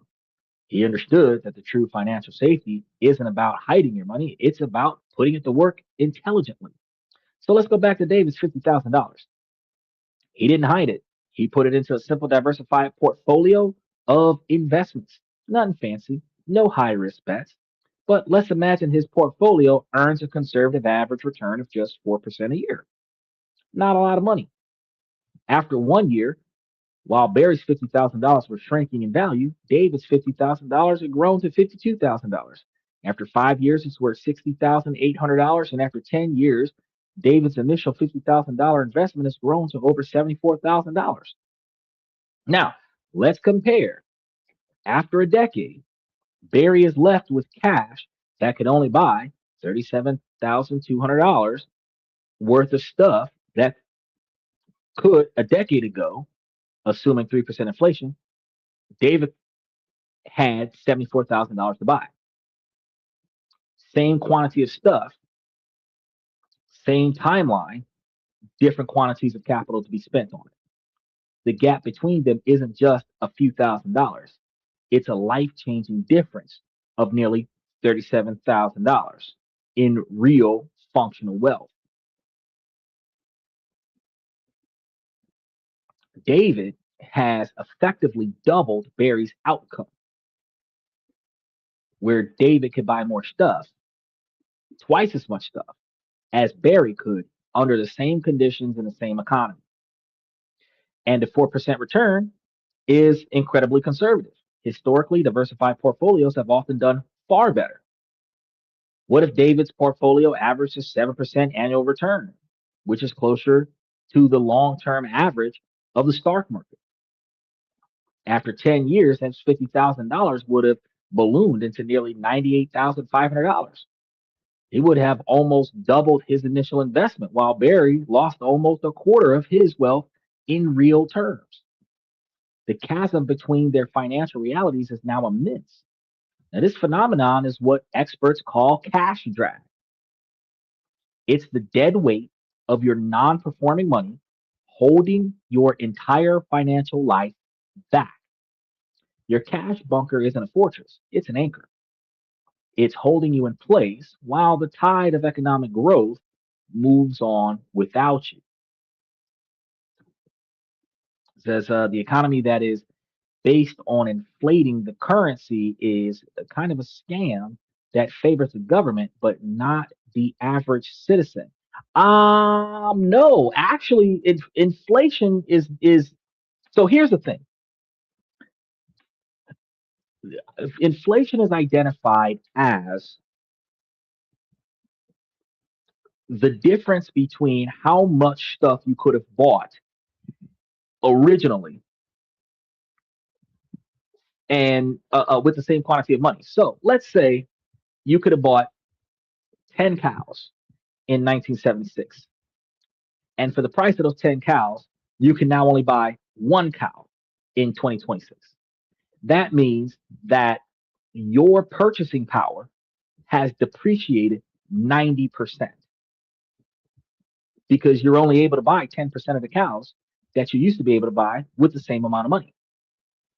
That's called inflation. It's not inflating currency. The cost of the product is increasing, is inflating, and the quantity of money that you keep to buy things is no longer enough because the cost of things has exceeded the money you're holding. That's inflation, which means that in order for you to quote unquote keep up with inflation, you must increase the money that you're holding to exceed the increase of cost for the things that you buy. That's inflation. It doesn't favor the government. It favors the billionaires. It doesn't favor the average citizen, but the average citizen, what is it? We have 1% of wealthy, 98% of non-wealthy, and out of the 98% of non-wealthy, we have about 76% of Americans, or 73% of Americans, 77% of Americans. That's what it is, because 23% of Americans make above 100,000 a year, and 73% of Americans don't make 100,000 a year. Okay, now Out of that 73% of Americans that don't make $100,000 a year, the majority of them spends every dollar they can on looking wealthy instead of actually being wealthy. So it is not, as you say, a scam that favors the government, because the government is going to get a profit off of your income taxes as well as your purchasing. So if you make money without spending money, you're still going to get taxed by the government. The government doesn't benefit from inflation. Billionaires benefit from inflation. So that's not the same thing. He says, you're making my point. No, I'm definitely not making your point. That flat currency is a scam. Flat. So there isn't a scam with currency. There's a misunderstanding with how currency works or how you can benefit from currency. There is a misunderstanding with currency exchange, because when you think of certain countries, like say the Philippines, that would love to take your $30,000 a year and make you an ultra rich over there, while places like Japan expects you to have Japan's Seoul over there in South Korea expects you to have like $75,000 a year, even though in certain areas of those countries you can live off of $8,000 a year. I'll be damned if you're living off of $8,000 in America. That's not happening, right? So you have to pay attention to um, what's going on. The government doesn't benefit. Because the government benefits because it inflates the debt anyway, which is a tax on average citizens. That's not true either, because you got to understand the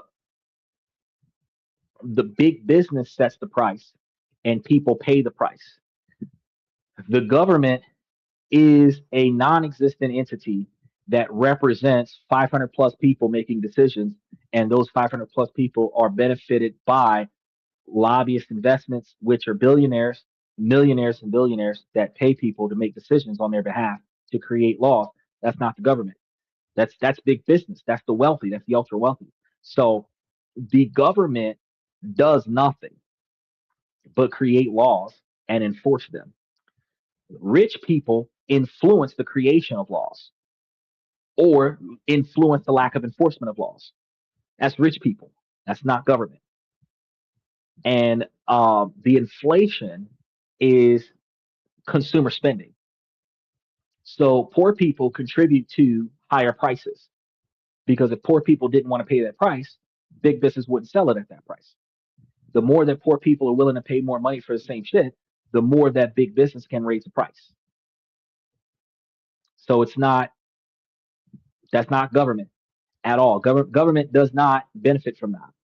Now, the more money you earn on your income, the more taxes you give to the government, that the government benefits from. Because sales tax actually benefits the state, not the government. It's not it's not a government conspiracy. It is poor spending habits of 73% of poor Americans. You got me there. It's a government that caters to big business. No, it is. You're trying to spin it in a way where you're trying to blame the government for it. It is the poor decision making of the financially challenged individuals that waste all their money on looking wealthy. It is the government can create a law that exists right now that says that you cannot sell a cell phone in the United States for more than $799. Yet iPhone and Samsung both have cell phones that are priced at $1,600. The people who are willing to buy that phone for $1,600 plus taxes up front are the reason why the phones are priced so high. The people who aren't willing to pay that price will get into a no contract guarantee installment plan with their insurance, their phone company, put down the $600 that they're supposed to pay for the damn phone, and then their installment plan will pay the $35 a month for the phone for the next 2 years to guarantee that you're not going to change providers as long as you hold this phone, because consumer spending is what causes the inflation of the phone. Greed is what causes the inflation of the phone, not the government. The government's got nothing to do with that, because the government made limits. Big business found a way around it and consumer spending took advantage of that. I don't have $1,600, but if you're going to give me a $35 a month credit on the rest of the bill, I'll pay $600 guaranteed for what I'm supposed to pay $600 for, and then you can credit my account for the other $1,000 for the next 2 years, and you're guaranteeing that I'm going to stay with you as a customer as a result. No mandatory contract, but I'm indirectly locked into a contract because you're only going to pay that money if I stay with you for 2 years. That's not, the government didn't do that though. The business did that. No, sir. Both things cannot be true at the same time. You're splitting hairs by trying to make both things be true at the same time. Because I just gave you the exact example where the government set limits to prevent consumers from being manipulated. And then the business just changed the way things happen. And then consumers aided business to take the money from the consumer. The government put a limit. Business said, well, if they're willing to pay for it, let's change the way we do things. And then consumers said, yeah, I'll take that. But if every consumer says, well, I know that the law exists, there's a federal law exists right now that says that you cannot sell me that phone for $7.99, for more than $7.99 plus taxes, which would likely be less than $850 for the phone. You price it at 1,600. I'm not buying it for more than 800, and I'm buying it cash up front. No contract, no credits, no nothing to that effect. I'm buying it cash up front, and I shouldn't have to attach it to my plan because I'm buying a product. I'm not buying your service. I'm just buying the device. You know what? They're going to tell you they're not going to sell you the phone, and the government's got nothing to do with that. Because I see your point, but the politicians elected by big business manipulate the economy through interest rates that mostly benefit big and small businesses. Again, no. The interest rates are raised and dropped in order to stimulate the economy, but unfortunately, the stimulation of economy is from the bottom up because poor people spend money, rich people don't. So they reduce interest rates in order to reduce the cost of things, in order for more people to spend money, and the more people that spends money, the more that increases the demand. And when it increases the demand, the cost of the supply goes up, and that's inflation. When they increase interest rates, that makes it harder for people to spend money. The less people that spends money, that increases the supply, reduces the demand, and reduces the cost of the products, which isn't good for the economy because nobody's spending any money. Because the billionaires aren't spending money. That's why they're billionaires. Poor people are spending money. So again, the politicians are not electing big business, or politicians are not elected by the big business in order to manipulate the economy for their benefit in a way where interest rates are going to defaultly put money into the rich's pockets. It's poor spending habits from poor people that puts money into the pockets of the rich. Because take what happened right now. Big business put Donald Trump in there, and Donald Trump did not allow the automakers to prohibit the average American from working on their own car. By default, that just dismantled your argument. He was put there by billionaires. He was gotten off of like 35 or 37 felony charges, put into the White House, and he still did not agree with them on something that would have negatively impacted the bottom 50% of the economy. That's not how this works. Poor spending habits of Americans is what contributes to inflation. Poor spending habits of Americans is what's stimulated by the interest rates. That's what happens. All right. The feeling of zero risk is going to be a myth that is very dangerous for you guys to consider. So if you think that you're avoiding the volatility of the stock market, but you're actually embracing the mathematical certainties of loss, it is a guaranteed financial loss that is masquerading as safety. You're trading the possibility of short-term market dips for the certainty of long-term wealth erosion.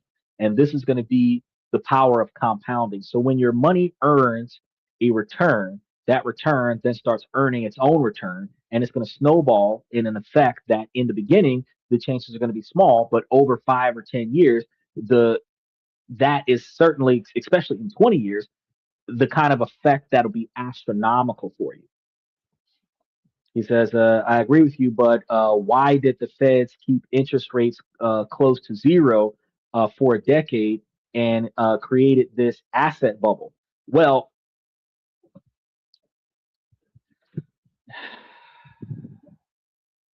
I said it already. The Federal Reserve modifies interest rates to stimulate the economy.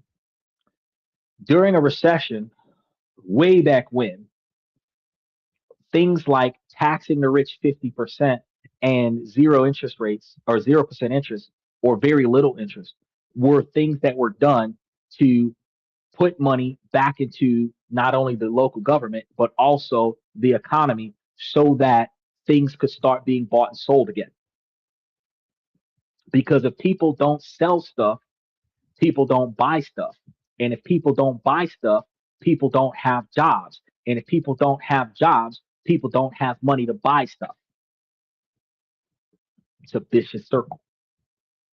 So what happens is that they do something by either taking money from the rich to give to the poor so that the poor can spend the money and give it back to the rich, or they change things that puts more money into the pockets of the poor so that the poor can spend the money and give it to the rich. Either way, the money stops with the rich because the rich don't spend unnecessary money.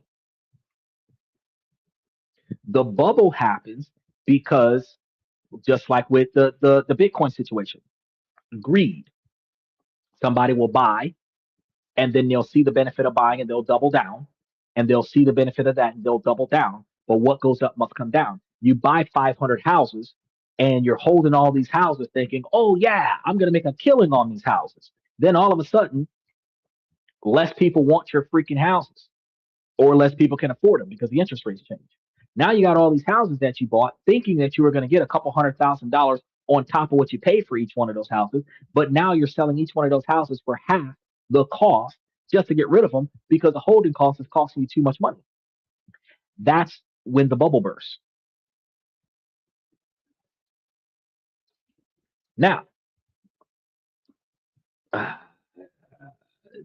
all of these questions, trader, have absolutely nothing to do with holding your money in your house. I just really want to point that out.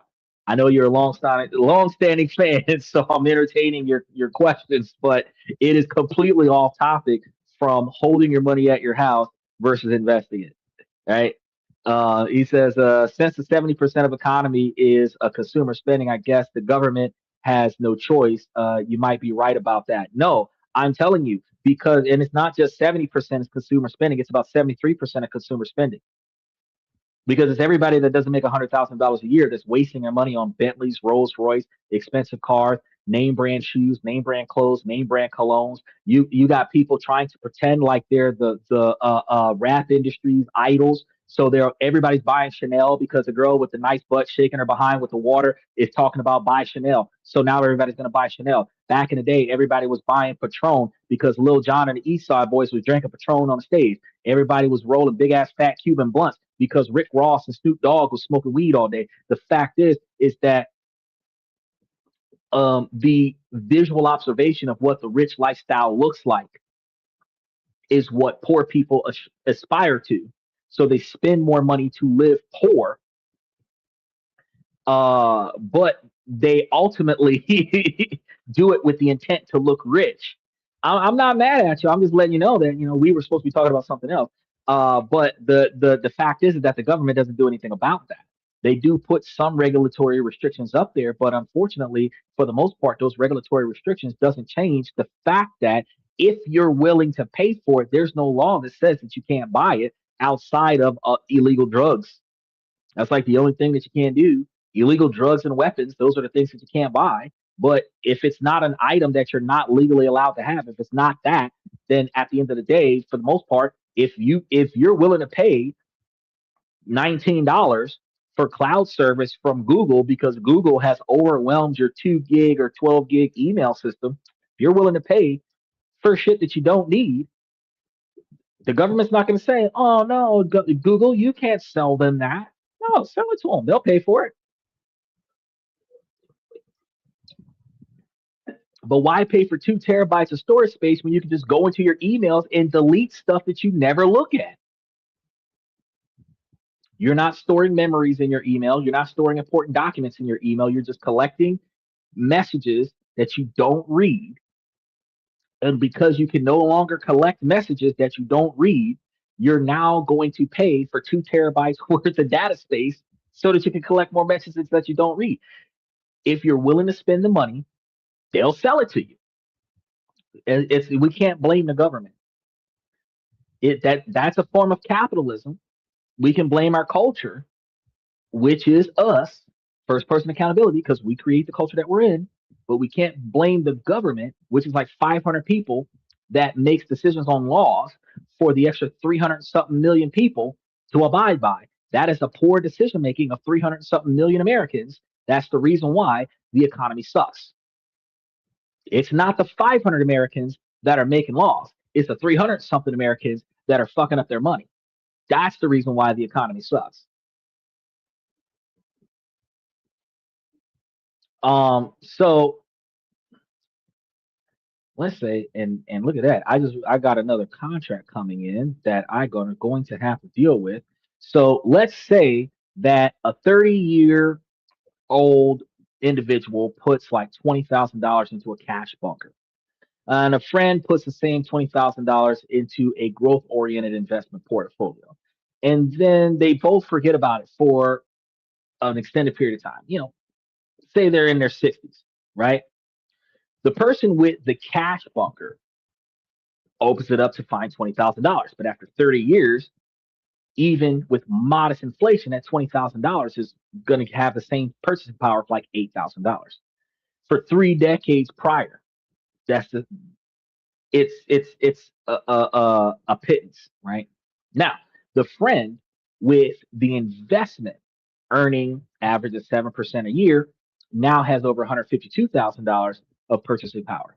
It's not even a comparable outcome because one chose the illusion of safety and guaranteed themselves a future of financial struggle. The other embraced a calculated, intelligent form of risk and built a foundation for comfort for their retirement.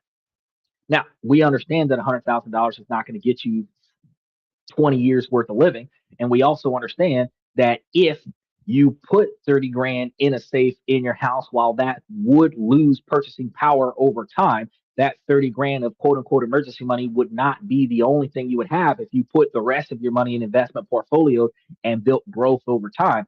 You would be able to benefit from the difference between the two while accepting opportunity cost loss on the money in the safe at the house while gaining value on the money that you put to work for you. So we understand that.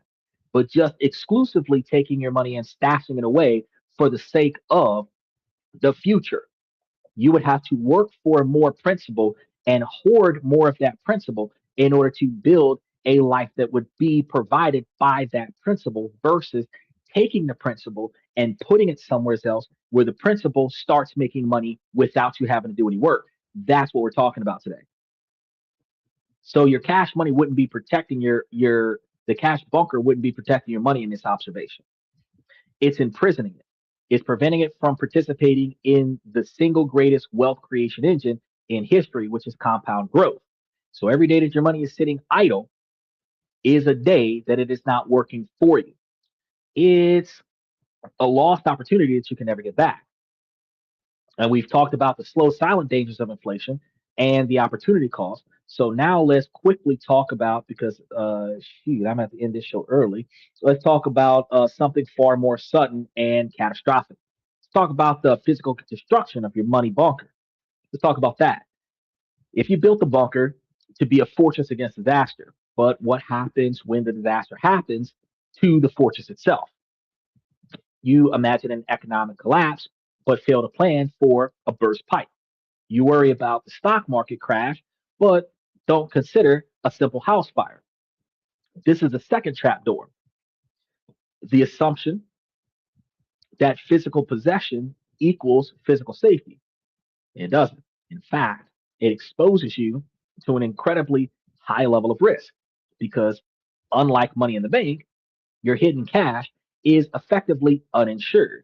So you might think, but I have homeowners insurance and my money is in a top of the line fireproof safe. Let's dismantle both of those because they're dangerously flawed arguments.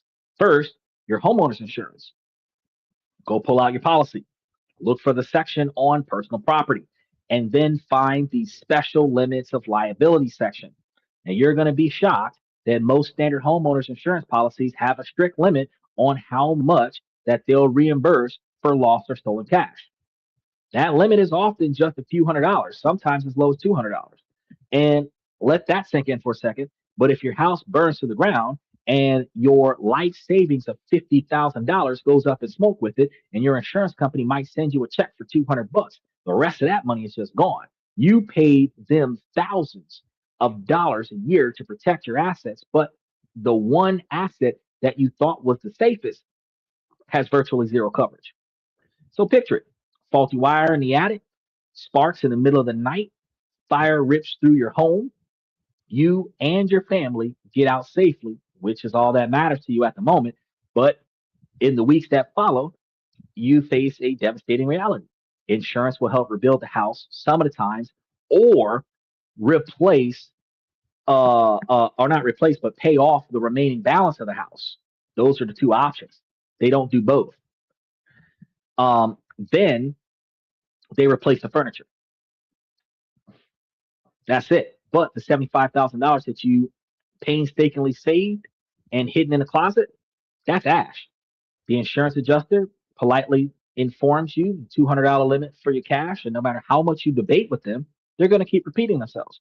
So your entire financial foundation erased by a single accident. But the safe, it's fireproof, right? Is it really? Most consumer grade safes are fire resistant, not truly fireproof. They are rated to withstand a certain temperature for a certain amount of time. So say 17,000 degrees or 1,700 degrees Fahrenheit for 1 hour. Bad house fire can burn hotter and longer than that. So what's more, these safes offer almost no protection against water damage. They're fireproof, drill resistant, bullet resistant, sludge hammer resistant, but they're not waterproof, right? Most of them don't tell you they're waterproof, right? So a flood, like a burst pipe or even the water from the firefighter hose, can seep into the safe and turn your life savings into a moldy, useless pulp. And while the Bureau of Engraving and Printing has a process for redeeming mutilated currency, it is notoriously slow, and there's no guarantee that you'll get the full value back because there's going to be a cost to the service. And the risks aren't just fire and flood. What about theft? Burglars who find a safe, especially if they know exactly where the most valuable items are in your house. Many residents have a safe that can be pried open or simply carried away, even if you can't pry it open, and eventually they break into it. So your bunker, designed to keep people out, has just become a flashing neon sign pointed to your most vulnerable assets. And this is one of the funniest things because people think, oh, well, nobody knows that I have a safe. Guess who knows you've got the safe? The person who sold it to you, the person who delivered it to you, the person who helped you install it, and any maintenance person that has had to do work near the safe knows the safe is in there. Your family knows the safe is in there. Any of your friends that you bragged about, you say, oh, I got a vault in my house. They know that it's in there. And word gets around. So if somebody else hears from somebody else that you've got a vault with gold in your house, oh yeah, they're gonna know. If you've got a vault with gold in your basement, oh yeah, they're gonna know because you're gonna tell somebody who's gonna tell somebody who's gonna tell somebody who wants that gold out of your basement. So now they're gonna break into your house just to get the gold out of your basement. You're wondering, oh, why am I targeted for a crime? I didn't do anything, blah, blah, blah, blah, blah. The economy, the government. No, you bragged to the wrong person who snitched to the wrong person who ultimately decided that they wanted what you had.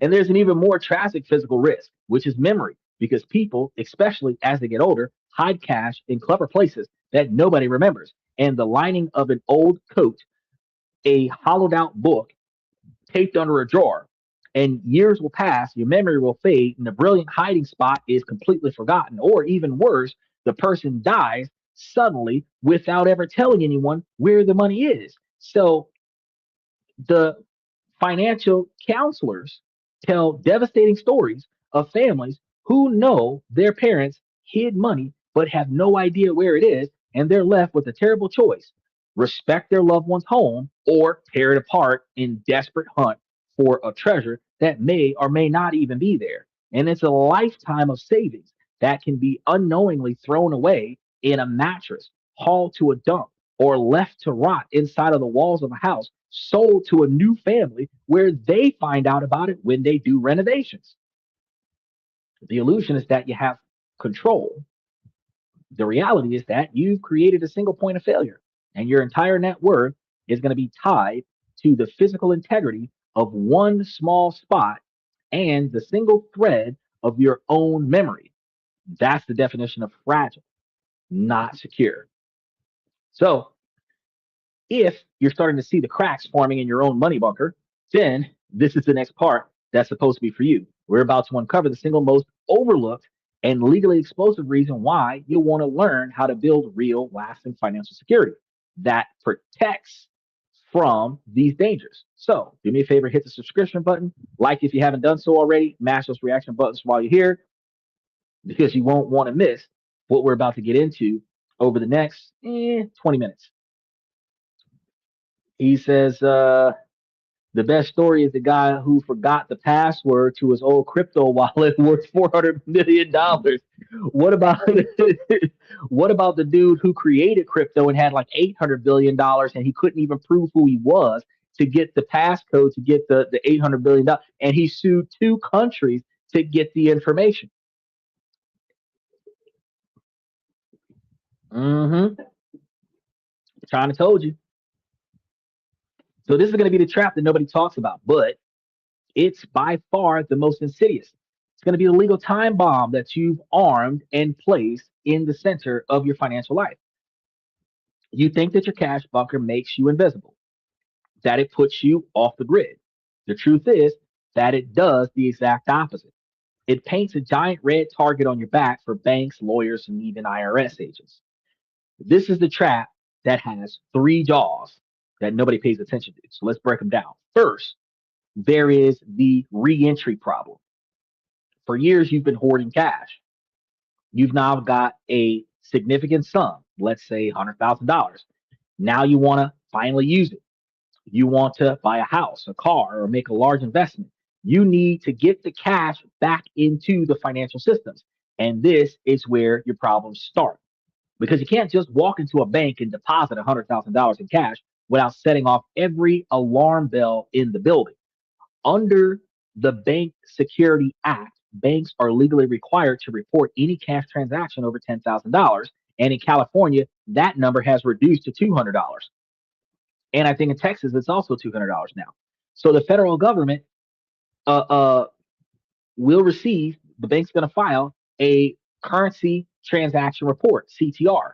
Knowing this, you might think, I'll be smart. I'll just deposit $9,500 at a time over a few weeks. Well, congratulations, you've just committed a federal crime called structuring. Intentionally breaking up large transactions to avoid that $10,000 reporting threshold is illegal, even if the money itself is perfectly legal. Banks are trained to spot this, and they'll file a suspicious activity report, or SAR. A SAR is much more serious than a CTR. It means the bank actively suspects you of illicit activity like money laundering or tax evasion, and it can lead to your accounts being frozen and a full blown federal investigation. So you're trapped. You can't deposit it all at once without scrutiny, and you can't deposit it in pieces without committing a crime. Your safe money is now practically unusable for any major purchases. And then we have the other observation that a lot of places find that you can't do, like buy a car or buy a house or whatever the case may be, cash up front, because that's typically done with drug money by reputation. So they prefer only taking debit or credit. Some places take crypto, checks, money orders, or cashier checks. Never cash. Cash is for small purchases like groceries, furniture, stuff like that. But 10, 15, 20 grand worth of stuff, you got to start talking about it. Uh, I covered it on the show. They just passed some new laws, some new banking laws over the past 3 weeks where you can't buy a house cash up front without them finding out the original owner of the house, even if you buy it through a trust or business or something like that. They have to find a human entity that is a direct beneficiary of the purchase. And any cash transactions in California and Texas, because of the high money laundering situation, has a CTR report. It's $10,000 everywhere else, but in California and in Texas, uh, those are places where the CTR report has been reduced to $200 for transactions. So if you deposit $200 into your bank account or withdraw $200 from your bank account, a CTR report goes to the United States government, which just says, hey, FX Trader took money from their account or added money to their account. When money goes from one person to the next, where say FX Trader gives money to Michael and Michael gives money to Steven, if you give $200 to Michael and then Michael gives $200 to Steven, two CTR reports go out. And according to the IRS, likely FX Trader gave Steven $200 through Michael. That's how that works. They follow the money, right? This is a thing to crack down on fraud and money laundering and tax evasion and stuff. And it is laws that it's because these crimes are happening more effectively in places like California and Texas. So California and Texas is starting to see that $200 CTR. You don't know that the CTR report happens. They do it because that's what they're supposed to do. But a CTR report, they're not going to call you up and say, hey, trader, I just did a CTR report because you just bought $200 worth of groceries at Walmart. No, it just happens that you made a $200 purchase. You made a $200 cash transaction, CTR report. You buy a $1,000 car, CTR report. You buy a $5,000 stereo system, CTR report. They just want to know what you're spending your money on. Now, the second jaw to trap is going to be the tax man, because for the IRS, a large stash of unexplained cash is the number one red flag for tax evasion. And there's power to penalize you in staggering levels. Because if the IRS investigates and decides that your cash represents underreported or unreported incomes, you're on the hook for all the back taxes for that money. But that's just a start. They'll add penalties for failure to pay and failure to file. They'll add interest, which compounds daily. Then comes to the big one, the civil fraud penalty. And this, it's 10 or 20% in addition to. So the civil fraud penalty could easily be a staggering 75% of the unpaid tax. So imagine you underpaid your taxes by 40 grand over several years by taking cash payments. The IRS could assess you that $40,000 plus interest, plus a civil fraud penalty of $30,000.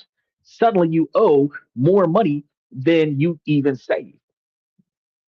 So if the amount is large enough, it can cross into a criminal matter.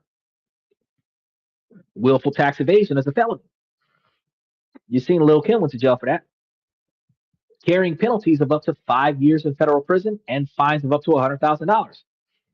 The third jaw of the legal trap is a divorce disaster. In a legal proceeding like a divorce, you have a legal duty to fully and honestly disclose all of your assets. Hiding a cash stash in a direct is going to be a direct violation of that duty.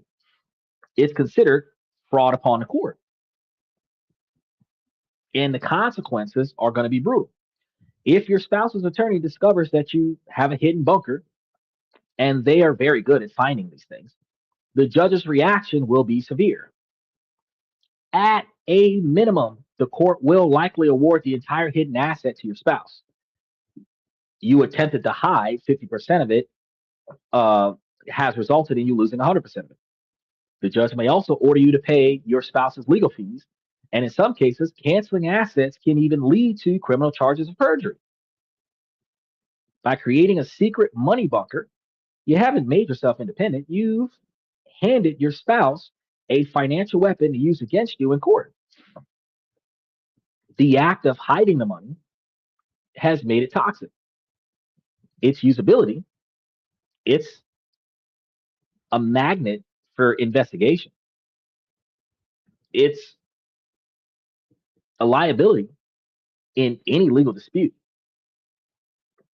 You just can't do whatever you wanted to do with it.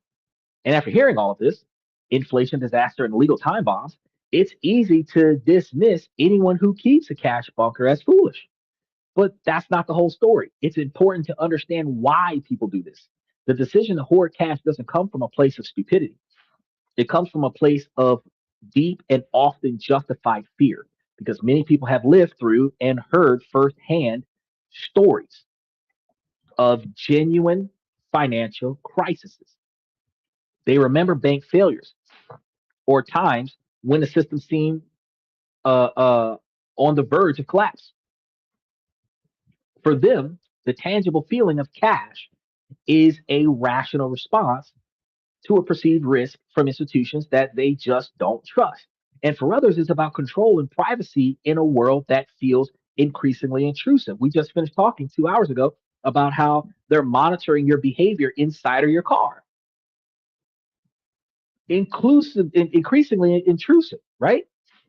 So having a part of your wealth that is truly offline can feel like an act of financial self-defense.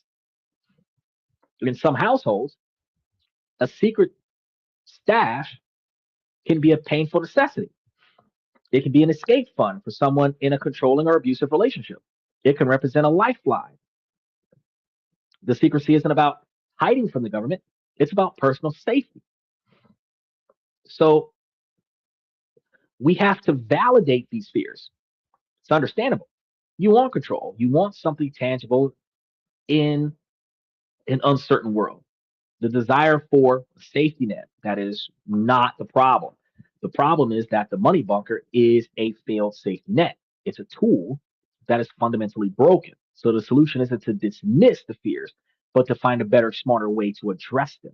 It's going to be about building the financial fortress that is diversified, insured, and resilient, one that protects you from real danger without forcing you to accept the guaranteed losses of the cash bunker. So we're going to pivot from the problem to some solutions. And I'm going to try to get through most of these in the next 5 minutes. So, how do we dismantle the death trap and build true financial fortresses? It's not going to be about abandoning the idea of a safety net. It's about upgrading it for the 21st century. The modern fortress has two key parts: smart emergency funds and a powerful growth engine. So, let's redefine an emergency fund. This is going to be where we address the valid need for acceptable cash. There's absolutely a place for small amounts of physical cash. Advisors often agree that having a few $100s, maybe up to 1,000 or so, is a pragmatic choice for short-term grid down emergencies like a natural disaster that knocks out the power grid and ATMs for a few days. So, $3,000 to $5,000 in a safe at your house, not that big of an issue, especially if you remember like Louisiana back in 2005. And that's a long time ago because we're in 2026. So that's like 21 years ago, had no power for 4 months.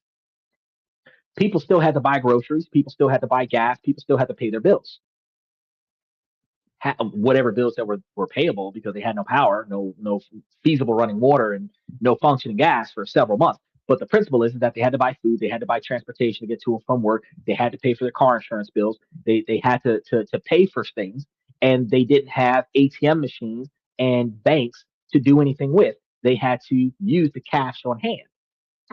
So if they were spending $2,000 or $1,500 a month, having that cash on hand helps stimulate the house for the 3 months that there was no power, right? So it makes sense to have some cash accessible in a vault in your house for situations like that. But even this stash is going to need to be managed intelligently. You want to store it securely make sure at least one other trusted person knows where it is. And it's going to be, it can't be your homeboy from childhood. It has to be somebody else that benefits from direct access to the money. That's who it is. You know, I understand. Tell your wife, tell your youngest, smartest child, whatever, somebody who is not going to take advantage of the knowledge and steal the money, which you got to find a trusted person. But you want to treat this as part of your overall financial plan, not as a secret hidden location from everybody else. Now, this is going to be a small cash pile, not your primary emergency fund, because your real emergency fund is going to be one that covers 3 to 6 months of essential living expenses that should be much larger and stored somewhere much smarter. Now, a lot of people are going to tell you, let's just throw it into high yield savings accounts, which is a good way to go, right? Not under your mattress. A high yield savings account is going to be a perfect modern replacement for a cash bunker because it is insured. It's FDIC insured up to $250,000. So unlike your cash at home that has next to no insurance coverage, a high interest savings account is protected by the federal government. So if they get robbed, your money's still accessible. It's liquid. If you have ATM machines, you can access your money quickly and use it within a day or two. And it's going to be there when you need it for a real emergency. It does fight a little bit of inflation. And this is going to be crucial because as of mid 2026, many high yield savings accounts, high interest savings accounts are offering interest rates of between 3 and 4%. And this means that your emergency funds is just sitting there losing value if you have it at the house. But in these high interest savings accounts, it is increasing with inflation. So it's earning interest, actively working to offset the corrosive effects of inflation that are destroying the cash values that would otherwise be in your bunker. Now, while this is going to be the first pillar of your new fortress because a small amount of physical cash is in your house, immediately accessible if there's no power, you have 3 to 6 months of emergency funds in your insured high interest savings account. We also have the observation, which is another thing that people don't think about, is advance paying basic utility bills. So you have flat rates for your lights, water, gas bill, car insurance, phone bill, cable bill, internet service. You have flat rates for these observations. If you paid that in advance, I know people are going to say, oh, well, you're giving somebody else your money and they're going to turn it into something else. But you're guaranteeing service. If you bought 6 months worth of service from your phone company, if you bought 6 months worth of service from your light bill company, you're guaranteed 6 months worth of service. If you bought 3 years worth of service, you're guaranteed 3 years worth of service. If you lose your job, you're guaranteed 3 years worth of service. You got 3 years to get you another job. The difference between putting it in a bank account with inflation and taxation on the 4% interest versus giving it to the utility bill that you're going to give it to anyway is that you no longer have to worry about that bill. Your car insurance is paid up for the whole 6 month policy or the whole year. You can look back and say, I don't owe anybody anything until August of 2027. So all I need to do is pay for groceries and put gas in my vehicle. That's a level of security that not too many people have. He says the boxes at the bank can be raided as well by the authorities. So there's no safe place. You might get it back in a few months. You're talking about a safety deposit box. We're talking about putting your money in the bank so if the vault gets robbed, where they robbed the bank like Bonnie and Clyde, your money is still accessible to you eventually because the monetary value that you have digitally stored in your account is not stolen, just the money in the vault. So the bank got robbed, you didn't get robbed. But if you have a safety deposit box at the bank and they robbed the safety deposit box, the bank got damaged and you got robbed. But your safety deposit box being knocked off at the bank is the same as your vault at your house being knocked off at your house. Either way, you lost out. And depending on what insurance coverages you have for that vault or that box, that's going to determine whether or not your stuff gets replaced or not. But the premium that you pay for the insurance policy may not offset the value of the stuff that's in the box where you lost that money opportunity cost. All right, we got a couple more minutes. Actually, what we're gonna do, we're gonna pause. And what I'm gonna do, because I got a contract that I gotta fulfill in the next 4 minutes, and we're gonna wrap things up here. And this is unexpected because I just got the notification that I got somebody from Asia that wants me to knock something out with them right now. So what we had next was supposed to be the growth engine, and we already know that if you diversify your money into a portfolio, uh, and I've got those into the membership that would benefit you guys. I've already put this in the membership for a walkthrough so that you guys would have building yourself a diversified portfolio would aid you in your ability to gain wealth after you have your emergency fund.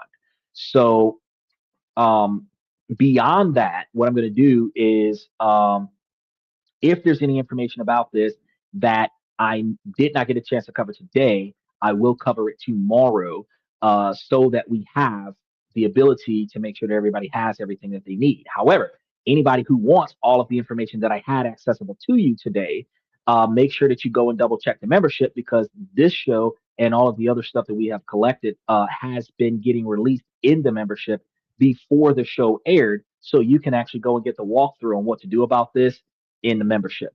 So, since I'm a little bit pressed for time, I'm going to wrap it up short today.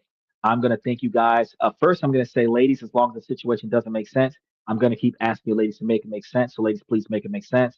Uh, and then, special shout out to FX Trader, Michael Steven, OG Kicks, and Unc Andy. And then I'm going to say thank you guys for coming to This and That. I'm your host, Xander, where we talk about this, that, and everything in between. And I will see you guys tomorrow night.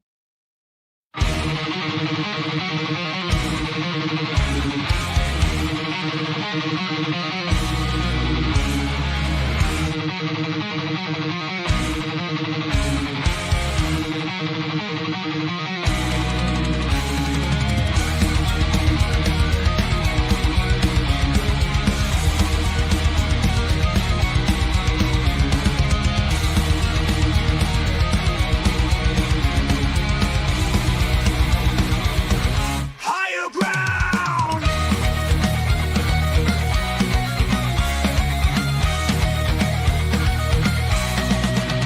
Used to chase validation, now I validate myself.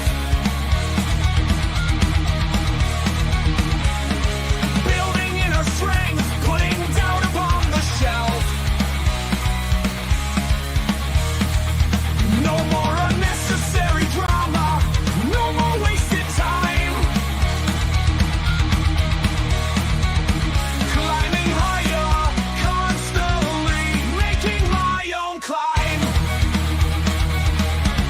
Standing on higher ground where excellence is found. My potential knows no bounds, raising the bar, breaking ground.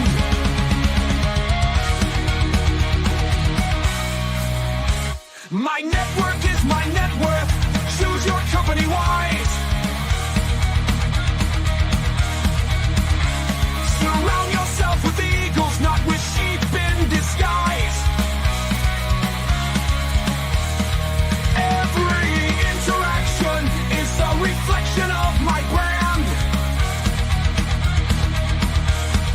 Quality over quantity, that's my personal command. I'm not landing on higher ground where excellence is found. My potential knows no bounds, raising the bar, breaking ground.